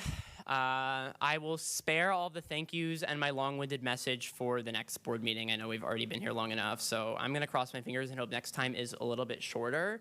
I'm really excited, though, to swear in Jaylid Oben at the next meeting for our first ever student board member swearing in ceremony. Should be pretty fun. So with that, I would also like to recognize our Panther Prowler journalists in the room. Thank you so much for staying for so long and participating being a hallmark really of civic engagement in the school district. So, okay, I think that's it for tonight. Thanks everyone, good night. Thank you, Trustee Kearns. Trustee Goldberg. Wow, first, well, that's great because I want to say I'm so happy to see the reaction of our student reporters to the announcement of Jalen as being sworn in. That's great. I'm glad you're as excited as we are. Maybe even a little more, maybe. There's just so much to celebrate, and the hour is late. So I'm looking forward to the next whirlwind week and a half, 2 weeks of just pure joy and being with everybody in those moments. And speaking of pure joy, I had the honor of being part of the MYP accreditation, whatever process over at Newbury Park High School. The comments from the visiting team were spectacular. They commended our district on a whole host of things, not the least of which was they were so excited by the teachers classrooms that they visited and the engagement level, which just makes me as a trustee, and I'm not speaking for Trustee Gill, but I'm pretty sure she felt the same, so proud and so grateful to be part of this district that cares so much about providing opportunities for students and all the staff that support them. So that's it. Trustee Gorback. Well, first of all, congratulations to the school that just got approved for IB. the MYP project. Congratulations to our students. I'm sorry? Not yet. It's gonna be. Oh, it's still a process. Excuse me. Okay. You know, I want to congratulate, if anybody has done what I've done, going to award ceremonies, first of all, at Westlake on Monday night, and then Newberry last night, and seeing what we saw at the beginning of our meeting today, the number of valedictorians, and then I'll go tomorrow night to TO, the number of accomplishments, the number of people that, it's great for our district to provide the opportunity, but the quality of our students that take advantage of the opportunities is just overwhelming. And I think so I just want to congratulate the 111, I think, if I added up right, 111 students that were celebrated this evening, and all those have been celebrated all week long. Some of the things that they said that they major in and specialize in, I heard what they wrote about reports, and I went, what? And there was just, they can do things where the titles just are overwhelming. So congratulations to everybody. Congratulations to our district. We can get you a whiteboard to work out the number of valedictorians. Trustee Gill. Thank you. Good evening. Likewise, I want to express my deep gratitude to our educators for another extraordinary year, and really looking forward to being at many of our school sites and celebrating all of the accomplishments of our students with our families next week. Thank you. Trustee Powell. I will keep it short. Congratulations to our valedictorians and athletes that we celebrated tonight. And I am also really looking forward to all of the fanfare and fun and festivities over the next week and a half. So congratulations to all of our graduates, students promoting, culminating, and their families. So, and have a happy summer. All right, I just have a couple things, and I'll make it quick. First of all, I want to thank my fellow trustees, Dr. McLaughlin and his cabinet, as well as Kim Gold. We had a special board meeting last week where we talked about our governance calendar, some district highlights.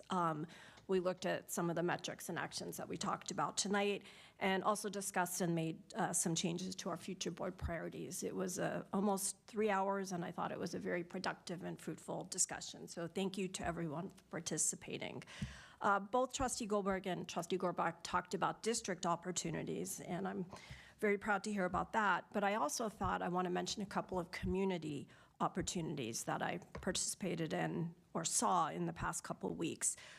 First off, I want to thank the Rotary Club for acknowledging and honoring 22 of our elementary and middle school students, one from each elementary school and one from each middle school, specifically for their civic accomplishments and leadership.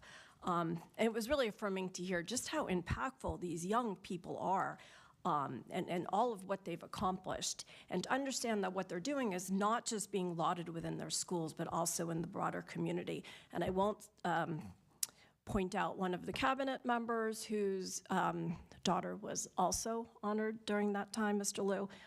But it was really quite an impressive group of students and really gives you great hope for the future.